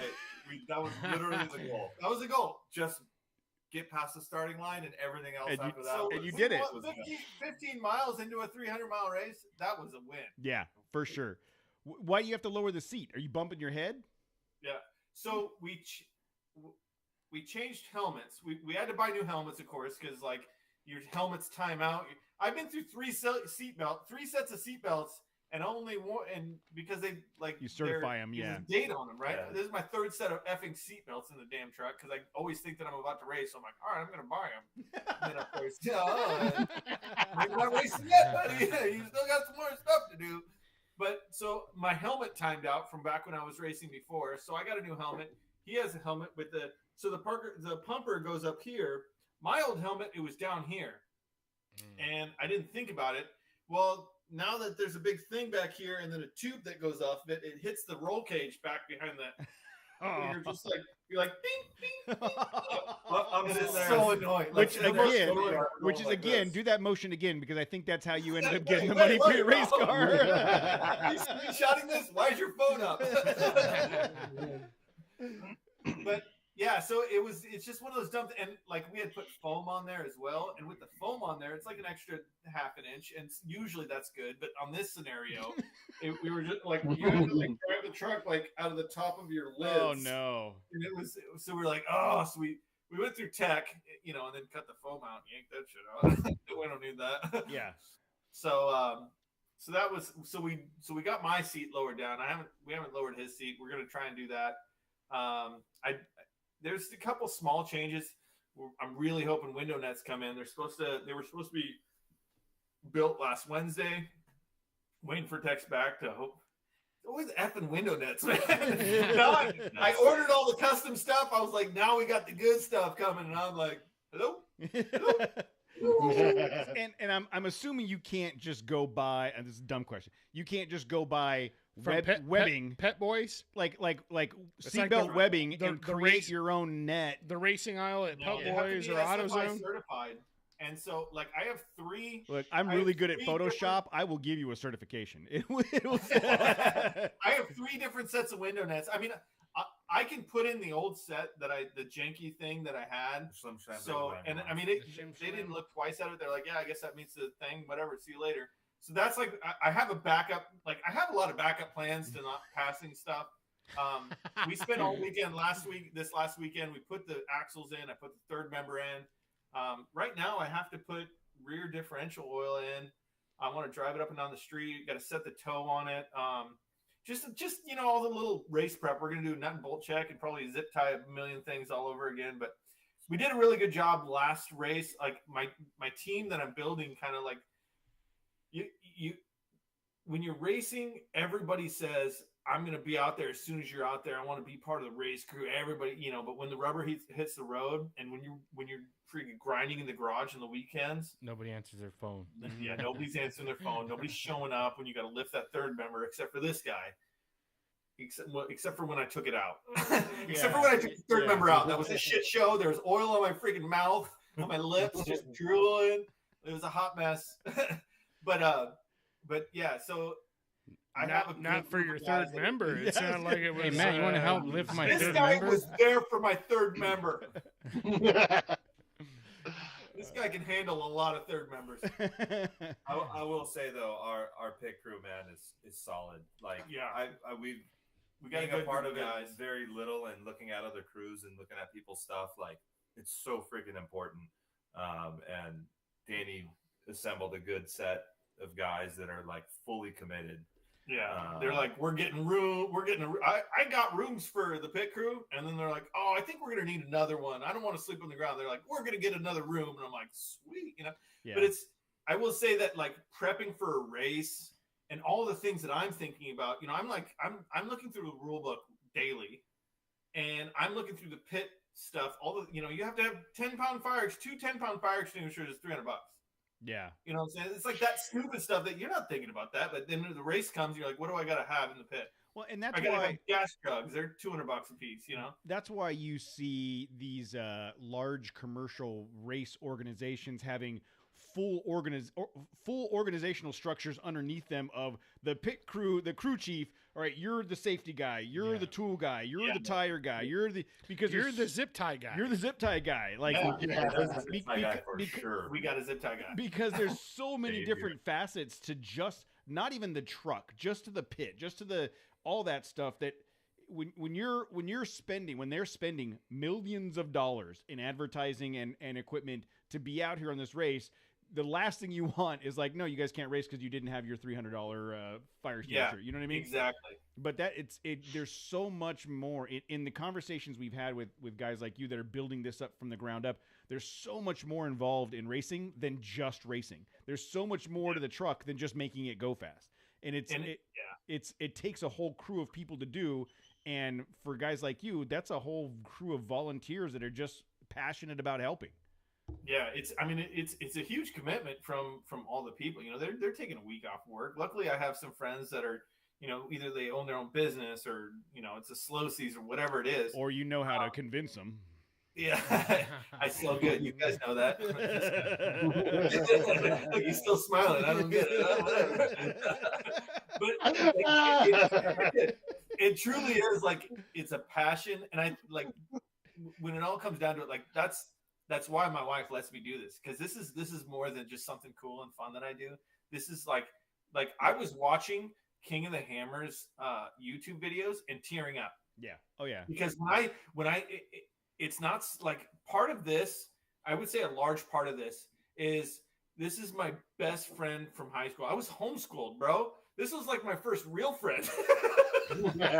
This is my brother. Like he's like an ex-Marine. I'm a former Marine. I'm an Air Force guy. Like we split up after high school, went into the military. He saw some shit.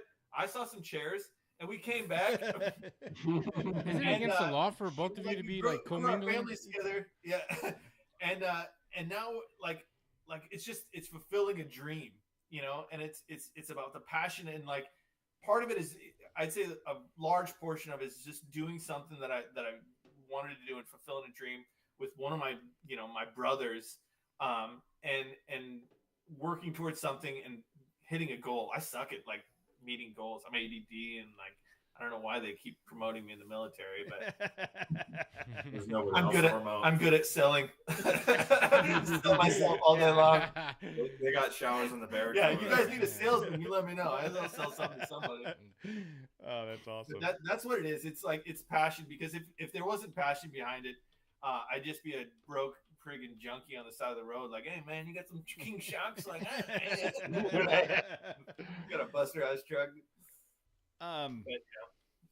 So you don't have very much time before you got to get this thing on the road to Vegas, right? I mean, it's next weekend. Yeah. And the shitty thing is like I work all weekend. I have like military duties this weekend. So last weekend was kind of the weekend for all the big projects. We'll bring it up there Tuesday, and I got a buddy with a nice garage. He got all the stuff in his garage. If there's any last minute stuff, I think he's going to shorten some bump stops for me, like an inch, and we'll check all the. He's got nitrogen, so we're going to check all the shocks. Maybe pressures, luckily. But yeah, my Vegas crew is like anything that I need. If for some reason there's something, they'll make it happen. Like those guys are, again, like, you know, it's. Mike from Rogue Overland, my buddy Sean, he's been on a lot of Rogue Overland stuff, but those guys they can make anything happen that you absolutely want to happen. So I'm not as worried this time because we have a little bit more safety net. But again, you know, I did a lot of work last race to prep and get ready. So it's a lot, you know, we're not like Nestor where I'm driving from Florida. Yeah, that poor guy with a 75%. I mean, and we were there from like Monday to Wednesday. Dude, those guys had. I mean, hats off to them, dude. Camacho Motorsports. You guys had them on your show, right? Like, yeah, they were on the show just a couple weeks ago, just like a week before they left, like 4 days before they left. Oh yeah. And then we wanted to try to get them back on to talk about their experience. Yeah, it was one hell of a grind. And dude, Nestor, and mind you, those are all my friends I haven't seen for like 4 years since I've been off-roading. Like I knew every single one of those except for like one guy. I knew all those guys, and it was like a family reunion for me. So I went out there 4 days earlier than I was planning on, and helped them jam on their truck. We were just like making them food when we didn't know what to do. But just what an amazing Cinderella story. And like, I personally knew what it takes to get a race truck onto the road, and like the fact that he was building it in the dirt. Yeah, I mean he built it in a year, but he built it in 6 months. Yeah. That was the whole thing. They just decided to do it. They got it done in 6 months, and the ragtag group of buddies that banded together to get it across the country to be able to do this. It's an awesome story. Yeah. So it was. I mean, it was inspirational, but also like I felt like I connected with Nestor on a whole different level because I had shared in that stress in my own situation like 4 months earlier. So it was super cool to do that. I'm not even sure where I was going with this, but that's the kind of stuff that like that keeps me going. I think we're just talking about how, you know, you're I think if I can recap, you're a couple steps ahead of Nestor in this. You've already done the one race. You did some prep, and you have a good support system in Vegas for you. It's less stressful than going, all right, shit, we gotta get this thing across, just us by ourselves, get this thing across the country, and hope everything works out when we get there. Yeah, and mind you, Justin's first time in a race truck was at the California. Well, first time as a co-driver in the race truck with the first time he looked at the navigation system was the day before we raced. Oh. Or maybe 2 days. We'll say 2 days. But first time he like worked the navigation system that we have. I was, we were setting it all up. As far as like gauging distance and learning the truck with me, I'm learning the truck. I mean, yeah, we missed some corners. Yeah, we hit some trees and shit, Hey, we got right back on that. But we got back on the trails. But it was a huge learning curve for him. But at the same time, I was so stoked because like I knew while we were racing, it was 15 miles, but it was 50 miles of glory. I knew that like instead of like this whole time where he's like, yeah, we'll buy some more shit for the racetrack. Yeah, it's on the company tab. Cool. Yeah. Here's another bill. But so he like I saw him getting bit by the bug so hard, and it was something that I got bit by a long, long time ago. And I had a little bit of sprinkling and Coke along the way with my other race scenarios to keep me going. And now I saw that he got bit by it, and I'm like, man, this is so good because now I can get him to bite. It's hard to find good race. it's hard to find good race Coke, these days. Yeah. I'm telling you. Coke You in have to- itself, but race Coke? I think you got to go to TJ for that stuff. Nah, that's not where the good race Coke's It's at. not really a race I think we're racing Baja, bro. right there in Fontana, huh? It's in Fontana, bro. It's your backyard. But so with that, what Justin, what kind of things do you need to do before this next race to be like?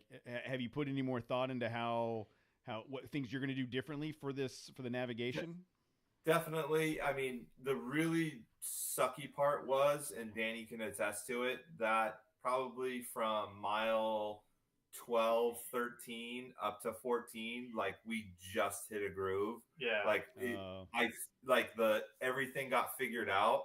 Because in the first 2 to 3 miles, I was sitting there finger screwing with the screen, trying to figure out, it's like I'm yelling which direction? Is this a drop off? Like we're freaking hand signals aren't quite. Have you guys seen the video? There's a video of I think they're Indian drivers. In their rally cars, and they're screaming at each other.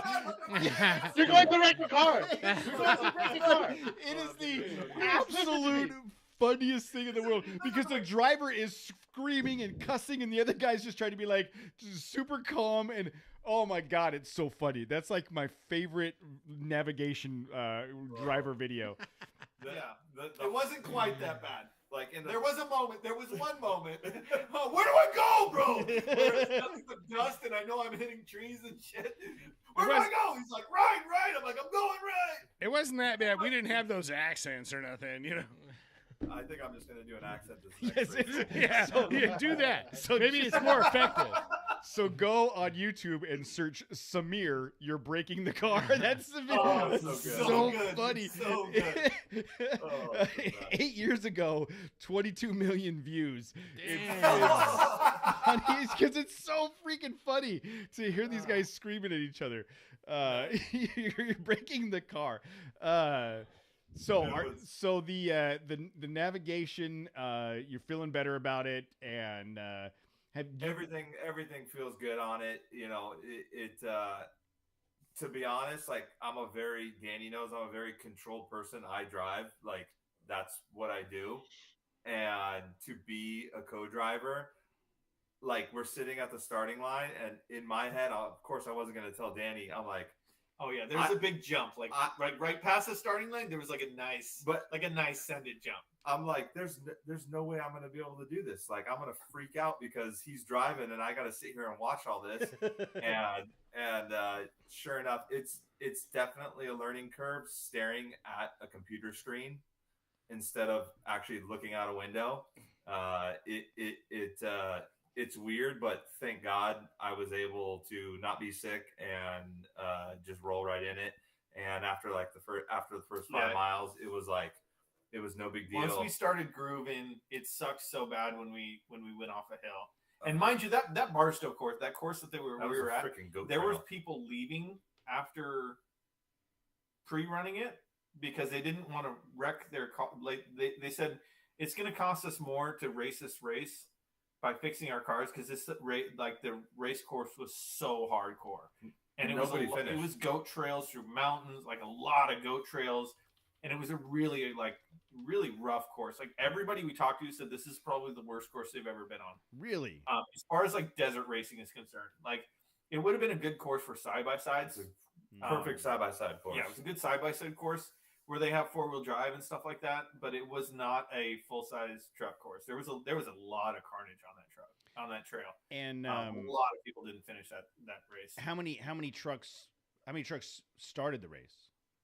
I think in total there was 80 trucks total for all classes. I want to say between 80-ish. Yeah, with UTVs, with everything, and if I remember right, it was like a 30% maybe. No, there was the only people that actually finished was UTVs. Any of the 2-wheel drive trucks, everybody timed out. Nobody finished. Wow. Yeah, they all didn't even do the full laps. There was two trucks in my class finished out of 5. They were beat up pretty good. I know the one guy's selling his truck now. I don't know if that matters for life. But my one buddy whose truck is built way more stout than mine, he had to do a lot of work on his truck, and he got in like second place, but he had to do a lot of work. Should have got first place. Yeah, he should have got first place. Got robbed. Got robbed. But I can see it, man. I'm looking at the video. You guys have got a recap of the the recap, and it shows your truck hanging off the side of the hill there. And there was another truck in our class that was like, I don't know, maybe 50 feet down or 20 feet down from us. Same thing happened to him right in front of us. He blew a drive shaft. It's a big off camber kind of drive around. And they had warned us about that spot. They said there's this really shitty kind of off camber. If you don't get just the right line, you're going off. And sure enough, we took the wrong line. And it was just right off the side. In hindsight, we should have just sat there and waited for somebody to pull us. Well, that was one of the greatest experiences that we had. Got to learn from it was that in racing now, you fall off a hill, you get stuck, something happens, just sit your butt there and wait for recovery, and they'll come pull you out. We tried to. For some reason, we thought our truck was the king of the hammer truck, and we started driving down into the freaking chocolate thunders or some shit that we were trying to get out of. Almost rolled the truck down the hill. Yeah. Oh, it was sketchy. It was very sketchy. So. I'm looking at some of this video. It looks pretty gnarly, and I mean, at that point, if you're I think it's like an assessment, right? Is it worth trying to get out? Can we still compete in this race? Or are we just going to do more damage? Let's just call it a day. Yeah. And truthfully, there was a crew that came, because there was like 4 cars. While we were there was 4 cars that went off right there. 5 cars. Two more when we went off. So it was 3 down the hill, and then we went off, and then 2 more went off while we were there. Yeah. And so the cars that went off, they sat there and they had race support come, and they pulled them back on the course, and they went off and raced the race. So like we learned a lesson. We learned a lesson. We were full of adrenaline and, thinking that we could, hindsight's 20/20. At the time, it sounded like a good idea. I'm looking at the map going, all right, dude, we'll go down this valley. We'll cheat around. I just remember sitting there and like, mind you, like my truck has no e-brake and it's a manual. So I'm sitting back there. My foot's on the brake pedal, like shaking like crazy after, like 5 minutes. And I'm trying to back down and turn around on the side of that hill. It was so sketchy. I thought for sure that something was going to go south, but we made it out all right and learned a lesson. Learned a $1,200 lesson. Yeah. Oh, I'm sure. And it's awesome that you have the video of it where it shows like you get there and you can see the back end starting to wash out a little bit, and you're like, oh, I'm getting on it, and then it was just too much. Before you kind of like drop down and then go up, and before I even go up, you can see the right rear tire slips over to the right, and you have to stay way left on that line. And I didn't know that was the spot, like we had actually gone up 2 hill climbs before that, where there was like 5 people on the side of the hill climbs. We're like, we're in first place. We got this. Yeah. We passed 3 of I think we were in second place. We were in second place at that time. And we had gone up 3 hill climbs that our other competitors had gone off, and there was broken trucks. And we're like, dude, we got past the hard spot. And then we come up on that spot and we're like, shit. Well, you know, and like looking at it, mixed up before I even got there. It doesn't Put it on the screen. I was just gonna try to do that. So it doesn't look doesn't look very intimidating when you're weird, right? yeah, when you're looking at it, it doesn't look like it's like it would be an issue. But when you see what you how like I said how you wash out of it. Yeah, immediately. And you're thinking about your truck in 4-wheel drive. Yeah, right. Yeah, true. You know what I mean? You're not thinking about a 2-wheel drive. You kind of come up over a little hump, and then you drop down, and then you start climbing, and it's off camber, so you're leaning really far to the right, and that's something that you don't see as well in the video. But because you're leaning right, that back end wants to move out to the right, like at any given time. Also, the right hand side of that track is very soft. So if you aren't stuck on the left-hand side and almost like crazy left-hand side of that line, the second you get off the hard pack, your back end just wants to swing that pendulum. Like the second it touched it, I was done for. That's crazy. Like if you're just looking at it, it's like, oh, okay, and then you come over that last little bump, and then the back end just washes right out, and you're done for at that point. Like, you know what I mean? It's wow. I was giving it all the juice, and I was just there was not like watching it back.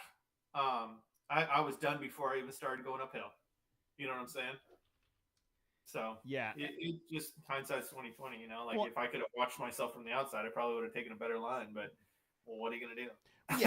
Yeah. What are you gonna do? I mean, at that point, you know, a couple things is if that many people didn't, you know, finish the course, there's one thing, you know, it's a difficult course. But that seems so indiscriminate. Like, what a weird thing. Like, oh yeah, you just hit that shit. You know, it doesn't show the angle. No, like, the videos never do it justice. Well, but you can tell. Look, dude, I 4-wheeled enough to like see like that you know, from the video doesn't do it justice at all. You know, but you could still see the mechanics of the rear end just sliding away. Like it just gave away. Yeah. If it was a straight hill, the back end would have just kept going forward. Yeah. Right? So again, the assumption is there is off camber. Like again, it was already it was like super legit off camber. Yeah. With a very, very, very soft side hill. Like, I watched another guy's in truck, and he went so far to the left, he was like this, but he was still on the hard pack, so he was able to get through it. And like that was I was like, I searched it out. I'm like, what was the line there?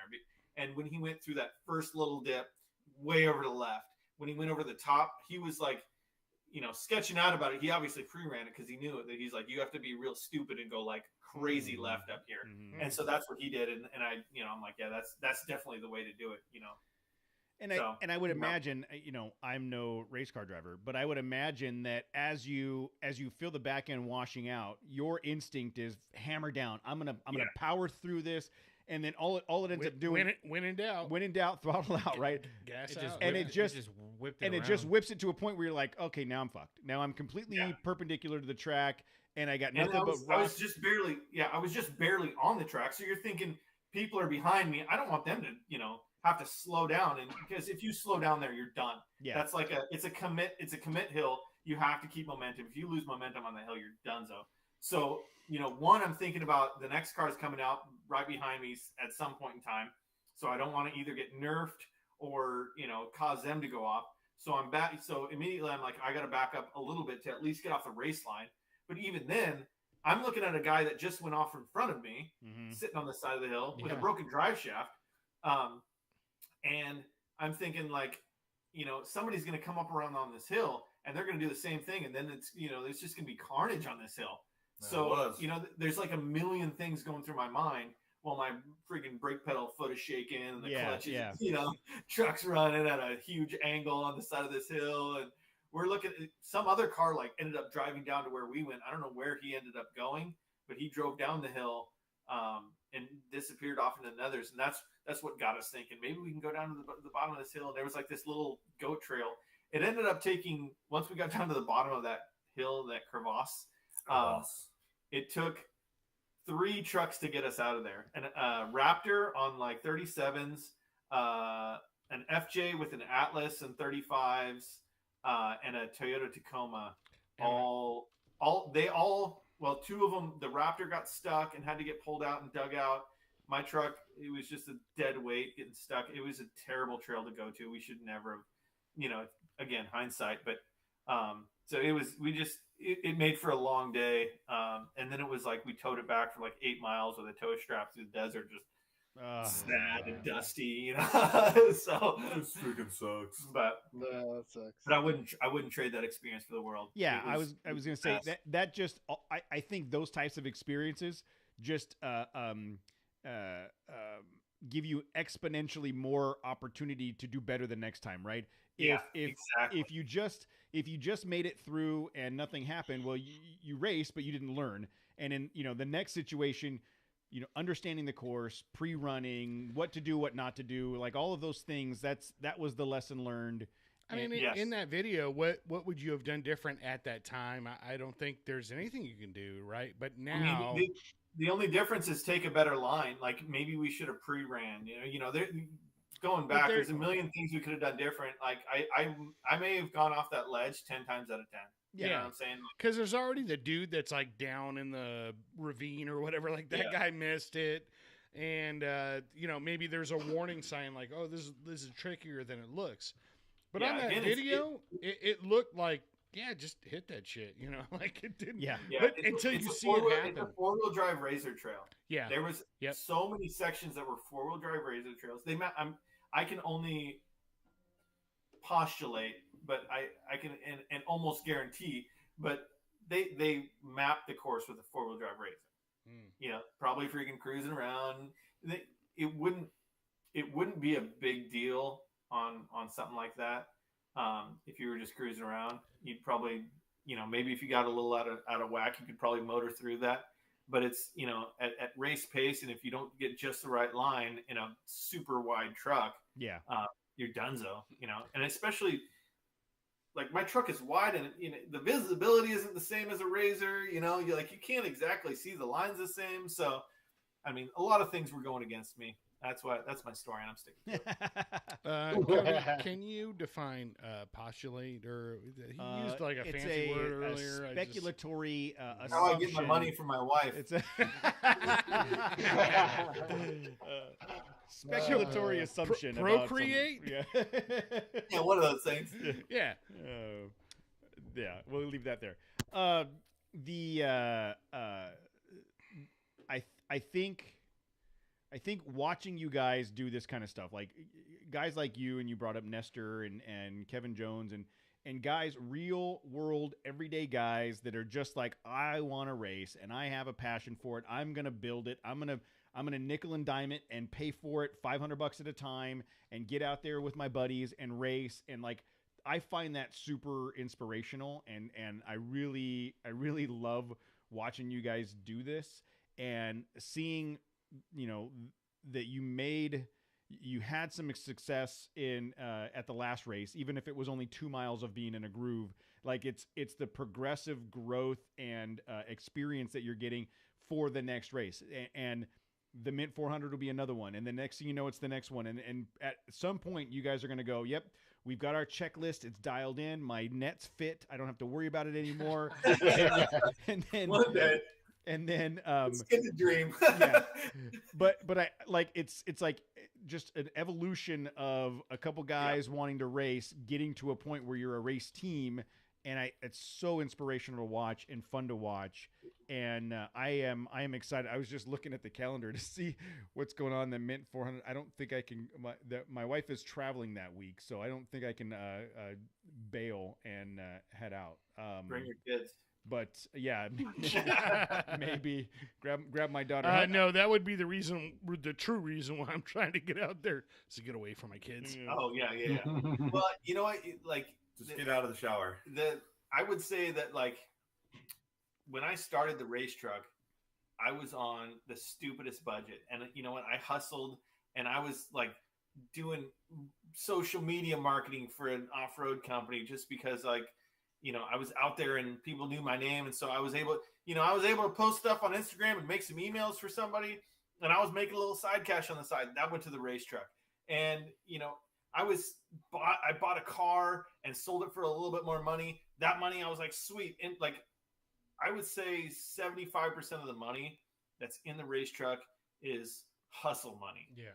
From whatever the F I've been doing over the last 7 years, it's all been from like just hustling and trying to make a dream come true. And yes, it's a lot of money, but you know what? If you just like, my message to all your listeners is, you trace your dreams. If you can't afford it, figure out how you can. Mm-hmm.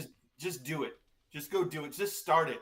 It doesn't matter if it takes you 1 year, like Nestor, and he's got to pay for it the next 7 years, or if it takes you 7 years, and then you finally get to race. One way or the other, start it and work towards it, because you know what? Like that feeling, like I said, that feeling when I got off that starting line, like, dude, there's something like I said, I am now in tears when I watch these rookies at King of the Hammers, or when I see guys that are like, you know, I've been slaving away, or you know, my dad died and you know I had to pick myself up and I had to, you know, keep working or whatever it is.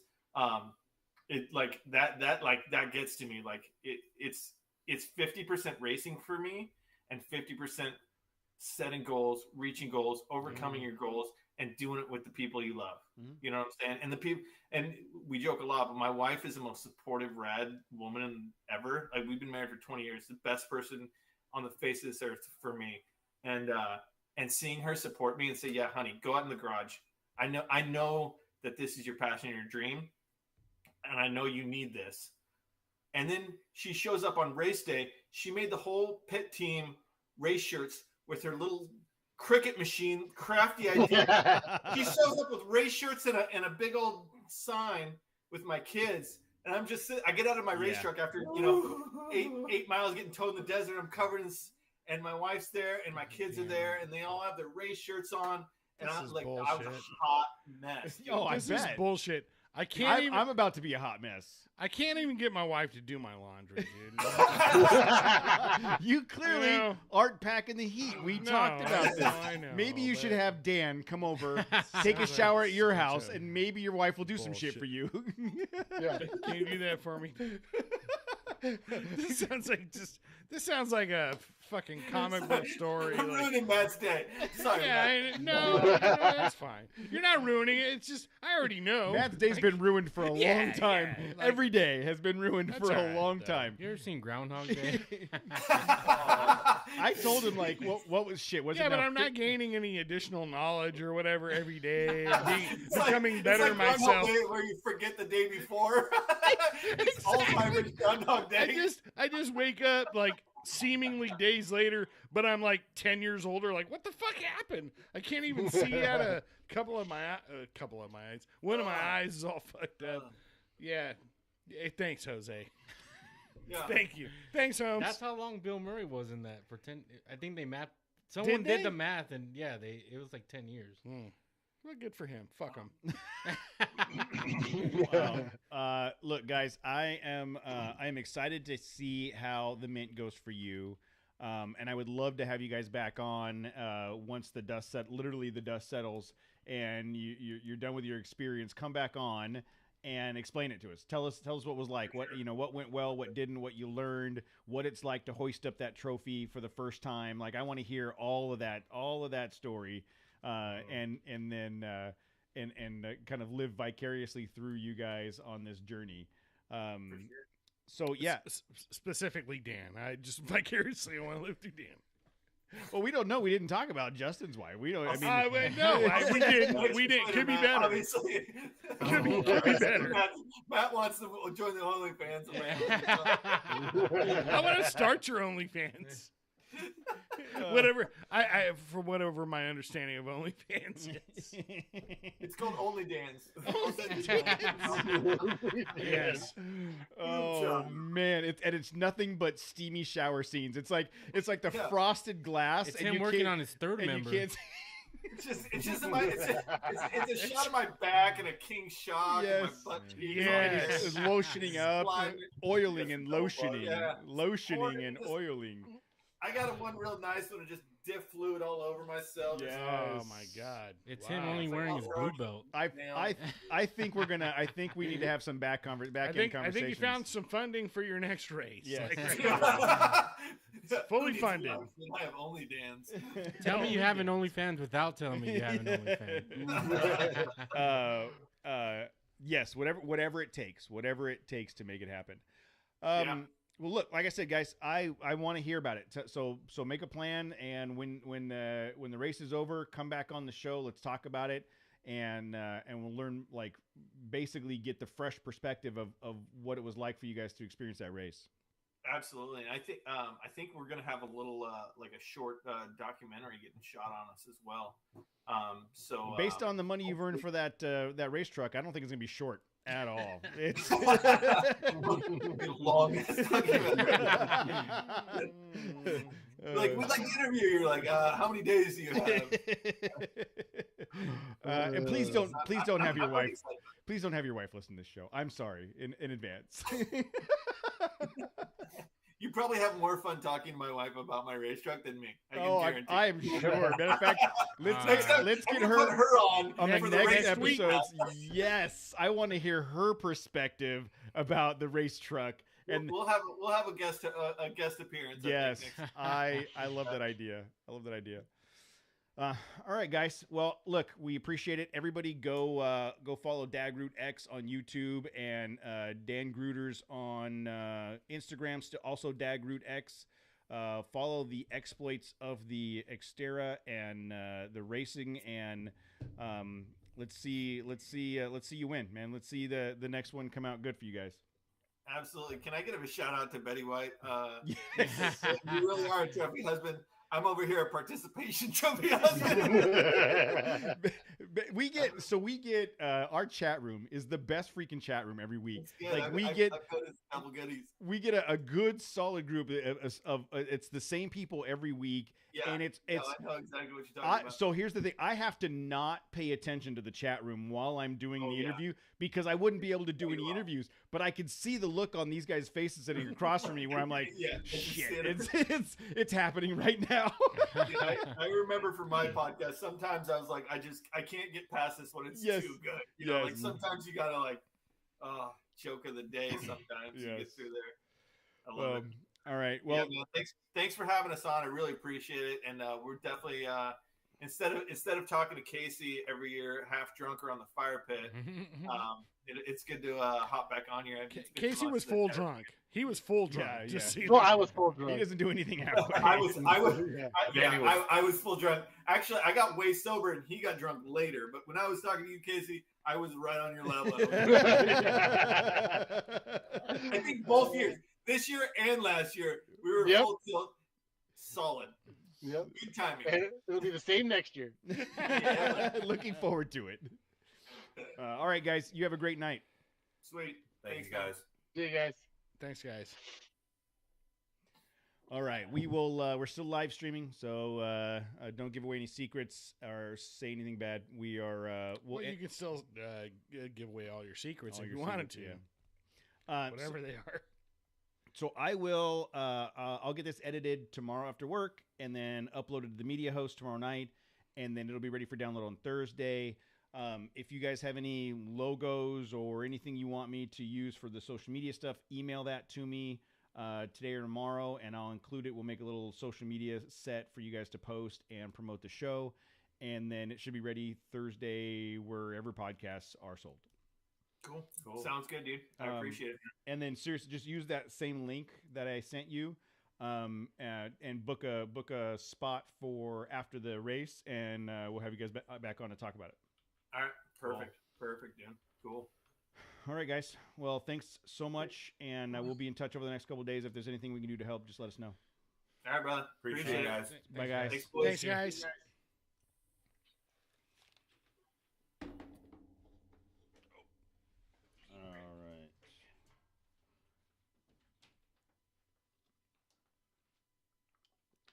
So Matt's going Tinkles, I think.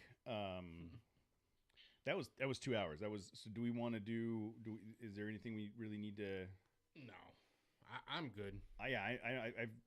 I don't think there's anything. Casey, is there anything that we need to? No, I think offline discussions is all. Yeah, I got some updates for you guys. Okay, well then we'll just surprise Matt when he gets back. Yeah, so since that was a 2-hour interview, we'll probably just do that one section. We won't do our typical after interview conversation.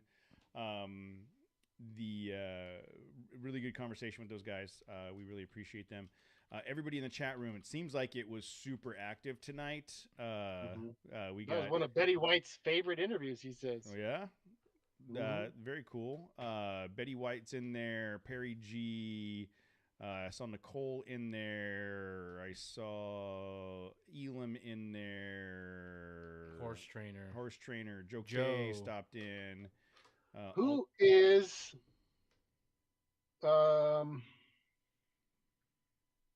like a manster?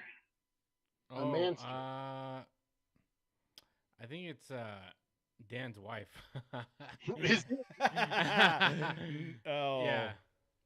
Man, Which part? I remember I think she joined the last time he was on. I don't remember though. Man, I may be wrong. I didn't. Terry was in there. Mm-hmm. Yeah, I don't. I hope. A bunch of people in there. Like I said, Joe K stopped in for a little bit. All Terrain Nation stopped in for a bit. Yep. Okay, well then, we'll just end it here, guys. We'll end the live stream here, and we will we'll do some more chatter next week. Thank you guys so much for hanging out in the chat room. We appreciate it, and have a good night. Shim sham, shimmy sham.